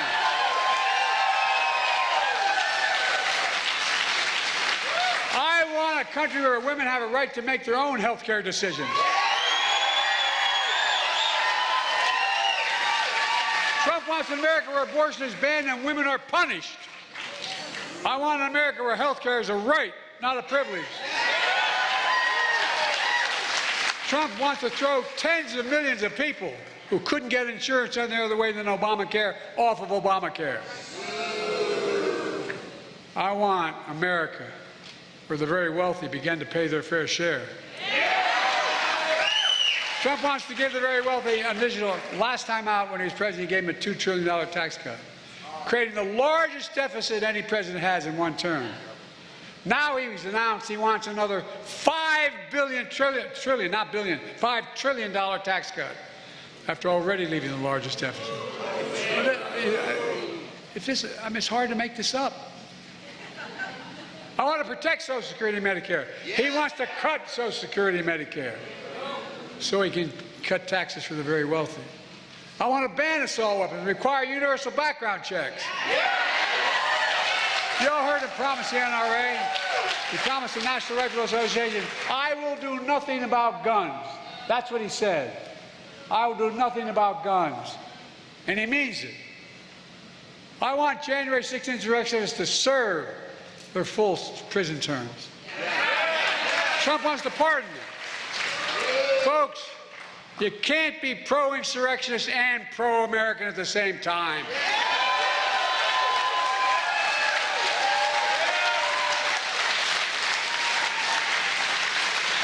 This is so damn serious. You can't love your country only when you win. Look, you've been standing a long time. Let me close with this. Ultimately, the American presidency is about character. The character of the president who holds the job. Because with the immunities the Supreme Court just talked about, it gets down to that. It gets down to that. It's about honesty. It's about the president's decency. Pues tenemos un Joe Biden absolutamente engorilado, no sabemos qué le han dado, pero desde luego una fuerza que no hemos visto ni muchísimo menos en el debate, ni muchísimo menos en las últimas apariciones por parte de Joe Biden, haciendo mofas sobre Trump, hablando un poco pues, sobre la carrera. Él ha hecho un detalle muy importante en el que ha dicho, votar por mí y nadie más, porque yo no me bajo de esta carrera. Es decir, está dejando muy claro que en ningún momento deja una puerta abierta a que ni Kamala Harris ni Michelle Obama, que son las dos candidatas que más se barajan por parte de los politólogos, sean quienes sucedan a Biden dentro de ese partido que a día de hoy está liderando él. Ha dicho muchas cosas importantes como que, bueno, 400 millones de dólares en multas pesan sobre Donald Trump y que evidentemente lo acaecido durante los ataques al Congreso de los Diputados en Estados Unidos no se puede permitir y por tanto no pueden permitir que vuelva de nuevo al despacho Oval. Ha hablado también del sistema de salud y cómo él estaba intentando protegerlo de todas las maneras posibles, incrementando esos impuestos a las grandísimas fortunas en Estados Unidos para utilizarlo en el sistema de salud y cómo Trump estaba intentando hacer exactamente lo contrario. Y desde luego hemos visto a un Biden absolutamente a tope, lleno de energía y como muy joven, ¿no, Sergio? No te queda más remedio después de lo que pasó la semana pasada en el debate, o reacciona y toma las riendas de la campaña, o si no, el Partido Demócrata puede desaparecer. Y la verdad que se debería haber planteado una alternativa desde hace tiempo, porque ya se criticaba cuando Biden ganó las elecciones hace 4 años si podría aguantar los 4 años en el poder. No es por una cuestión simplemente de edad, quizá una cuestión de salud, quizá una cuestión de energía, pero es verdad que la imagen que está transmitiendo es de un hombre débil. Pero lo que estamos viendo ahora mismo en este debate es un hombre totalmente diferente. Vamos a ver si esa energía la puede mantener durante toda la campaña. En cualquier caso, el otro día, hablando con unos amigos de Estados Unidos, hay bastante decepción y cansancio ante la política, porque a diferencia de otros países que estamos viendo cómo surgen fuerzas alternativas, que pueden ser de un extremo, puede ser de otro, pero la gente se engancha y trata de buscar una salida y una nueva vía y una esperanza en la política en esos partidos, muchas veces con unas propuestas populistas que se escapan de la realidad. En Estados Unidos, de todas formas, es que ya están esas propuestas populistas que las encarna Donald Trump, pero no hay una alternativa, no emerge una tercera fuerza que pueda irrumpir y romper el bipartidismo, y esto limita mucho, y es algo que se está criticando, el cómo en Estados Unidos no hay más candidatos que 2 personas ya de muy avanzada edad, con unas trayectorias. Es verdad que Biden ha sido... Y llevan 3 años, ojo, es que se llevan 3 años, de 78 a 81. Y Biden ha tenido una carrera exitosa en la política, fue vicepresidente con Obama y tenía muy buena consideración, pero claro, todo el mundo tiene un recorrido en política y llega un momento en el que pues quizá no sea ya tiempo para que sigan al frente de los partidos, y en el caso de Donald Trump, pues un empresario de éxito, que es lo que le avala realmente, pero con muchísimos escándalos y con unas formas de hacer política que asustan al mundo. Y ese es el gran miedo que tenemos en otros países, porque si Estados Unidos no fuera una potencia hegemónica, en Brasil es un país importante, gobierna Bolsonaro, nos puede resultar chocante, o en Argentina ahora mismo con Milei, pero no afecta a la economía mundial, no afecta a las relaciones internacionales de la manera que afecta las elecciones de Estados Unidos, que gane Biden o que gane Trump. ¿Qué puede pasar si gana Trump? Que vuelva otra vez al aislacionismo de Estados Unidos, que trate de sacar a Estados Unidos de las organizaciones internacionales, que rompa la OTAN. Eso es un temor que tenemos aquí en Europa, de que porque ya lo ha dicho Donald Trump, que si gana las elecciones, que si vuelve a la Casa Blanca, aquellos países europeos que no contribuyan con un presupuesto suficiente a la OTAN, va a animar a su amigo Vladimir Putin. Bueno, no sé si dijo amigo o no, pero bueno, va a animar a Vladimir Putin. No sé yo si tanta familiaridad. Pero sí que en la campaña electoral de 2016 sí que llegaron a intimar, no sé si a llamarse amigos, pero sí que, bueno, Rusia, pues en cierto modo, contribuyó a que Trump ganara las elecciones, y parecía que había una buena sintonía entre Trump y Putin. Veremos qué pasa si gana Trump las elecciones, pero bueno, la amenaza para Europa, que era a lo que íbamos, está ahí, y los países europeos tienen que estar preparados para lo que pueda suceder en Estados Unidos. Si gana Biden, pues habrá un continuismo, y vamos a ver si Biden puede tener el carisma suficiente y la fuerza, ya no solo el carisma, sino la fuerza para aguantar otros 4 años en la Casa Blanca. El temor a Trump puede llevar a que, a pesar de que en las encuestas ahora mismo esté situándose Donald Trump muy por encima de Biden, pero el temor en un último momento sí que puede llevar. El temor a que Donald Trump pues vuelva a tomar decisiones controvertidas puede llevar a que el Partido Demócrata consiga mejores resultados de los esperados. Pero también el temor lo tenemos, yo creo, más fuera de Estados Unidos, que en determinadas zonas de Estados Unidos, quizás si vamos a Los Ángeles, a Nueva York, a Chicago, pues puede haber un mayor apoyo al Partido Demócrata, pero en las zonas rurales, que es donde se nutre el Partido Republicano, en este caso con Donald Trump, no hay dudas, ¿no?, de votar a Donald Trump. Y eso es lo que genera pues una incertidumbre permanente en otros países del mundo.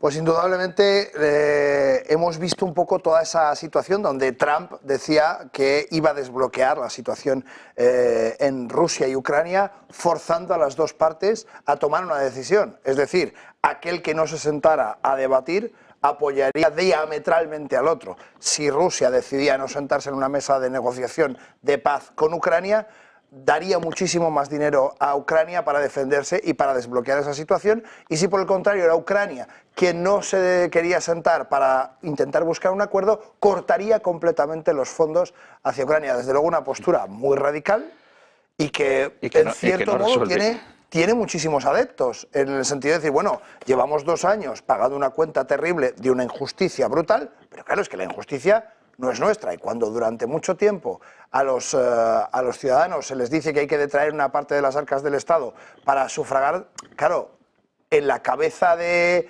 hasta el más benévolo de los contribuyentes surge la pregunta, bueno, ¿y hasta cuándo? ¿Por qué no se acaba, no? ¿Por qué no se acaba este conflicto?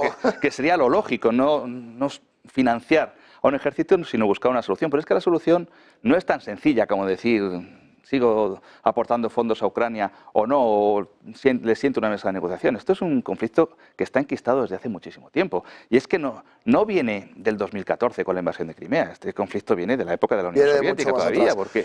Tenemos, perdóname que te corte, Sergio, tenemos conectado ya a Gonzalo Cañete desde Londres para comentar un poco los últimos movimientos que estás viendo después de esa victoria por parte del Partido Laborista. Nos acompaña hoy en el estudio Sergio Castaño, que nos va a ayudar un poco a desentrañar esta situación. Contigo desde Londres. Cuéntanos un poco, Cañete, cómo has visto esa resaca postelectoral con la paliza que le han dado al Partido Conservador. Buah, brutal, Javier, brutal. Fíjate, el peor resultado en 200 años prácticamente, 180 años, 190 años. O sea, ha sido destructivo por completo para el Partido Conservador. Lo curioso es lo que dijimos ayer en el debate de anoche, ¿te acuerdas? No hay diferencia realmente entre el Partido Laborista y el Partido Conservador. Van a soltar más pasta en las mismas políticas verdes, la conversión de transición energética, la política exterior va a ser la misma. Y el mercado lo ha reflejado claramente porque hemos arrancado esta mañana con una libra bastante fuerte, que de hecho se mantiene.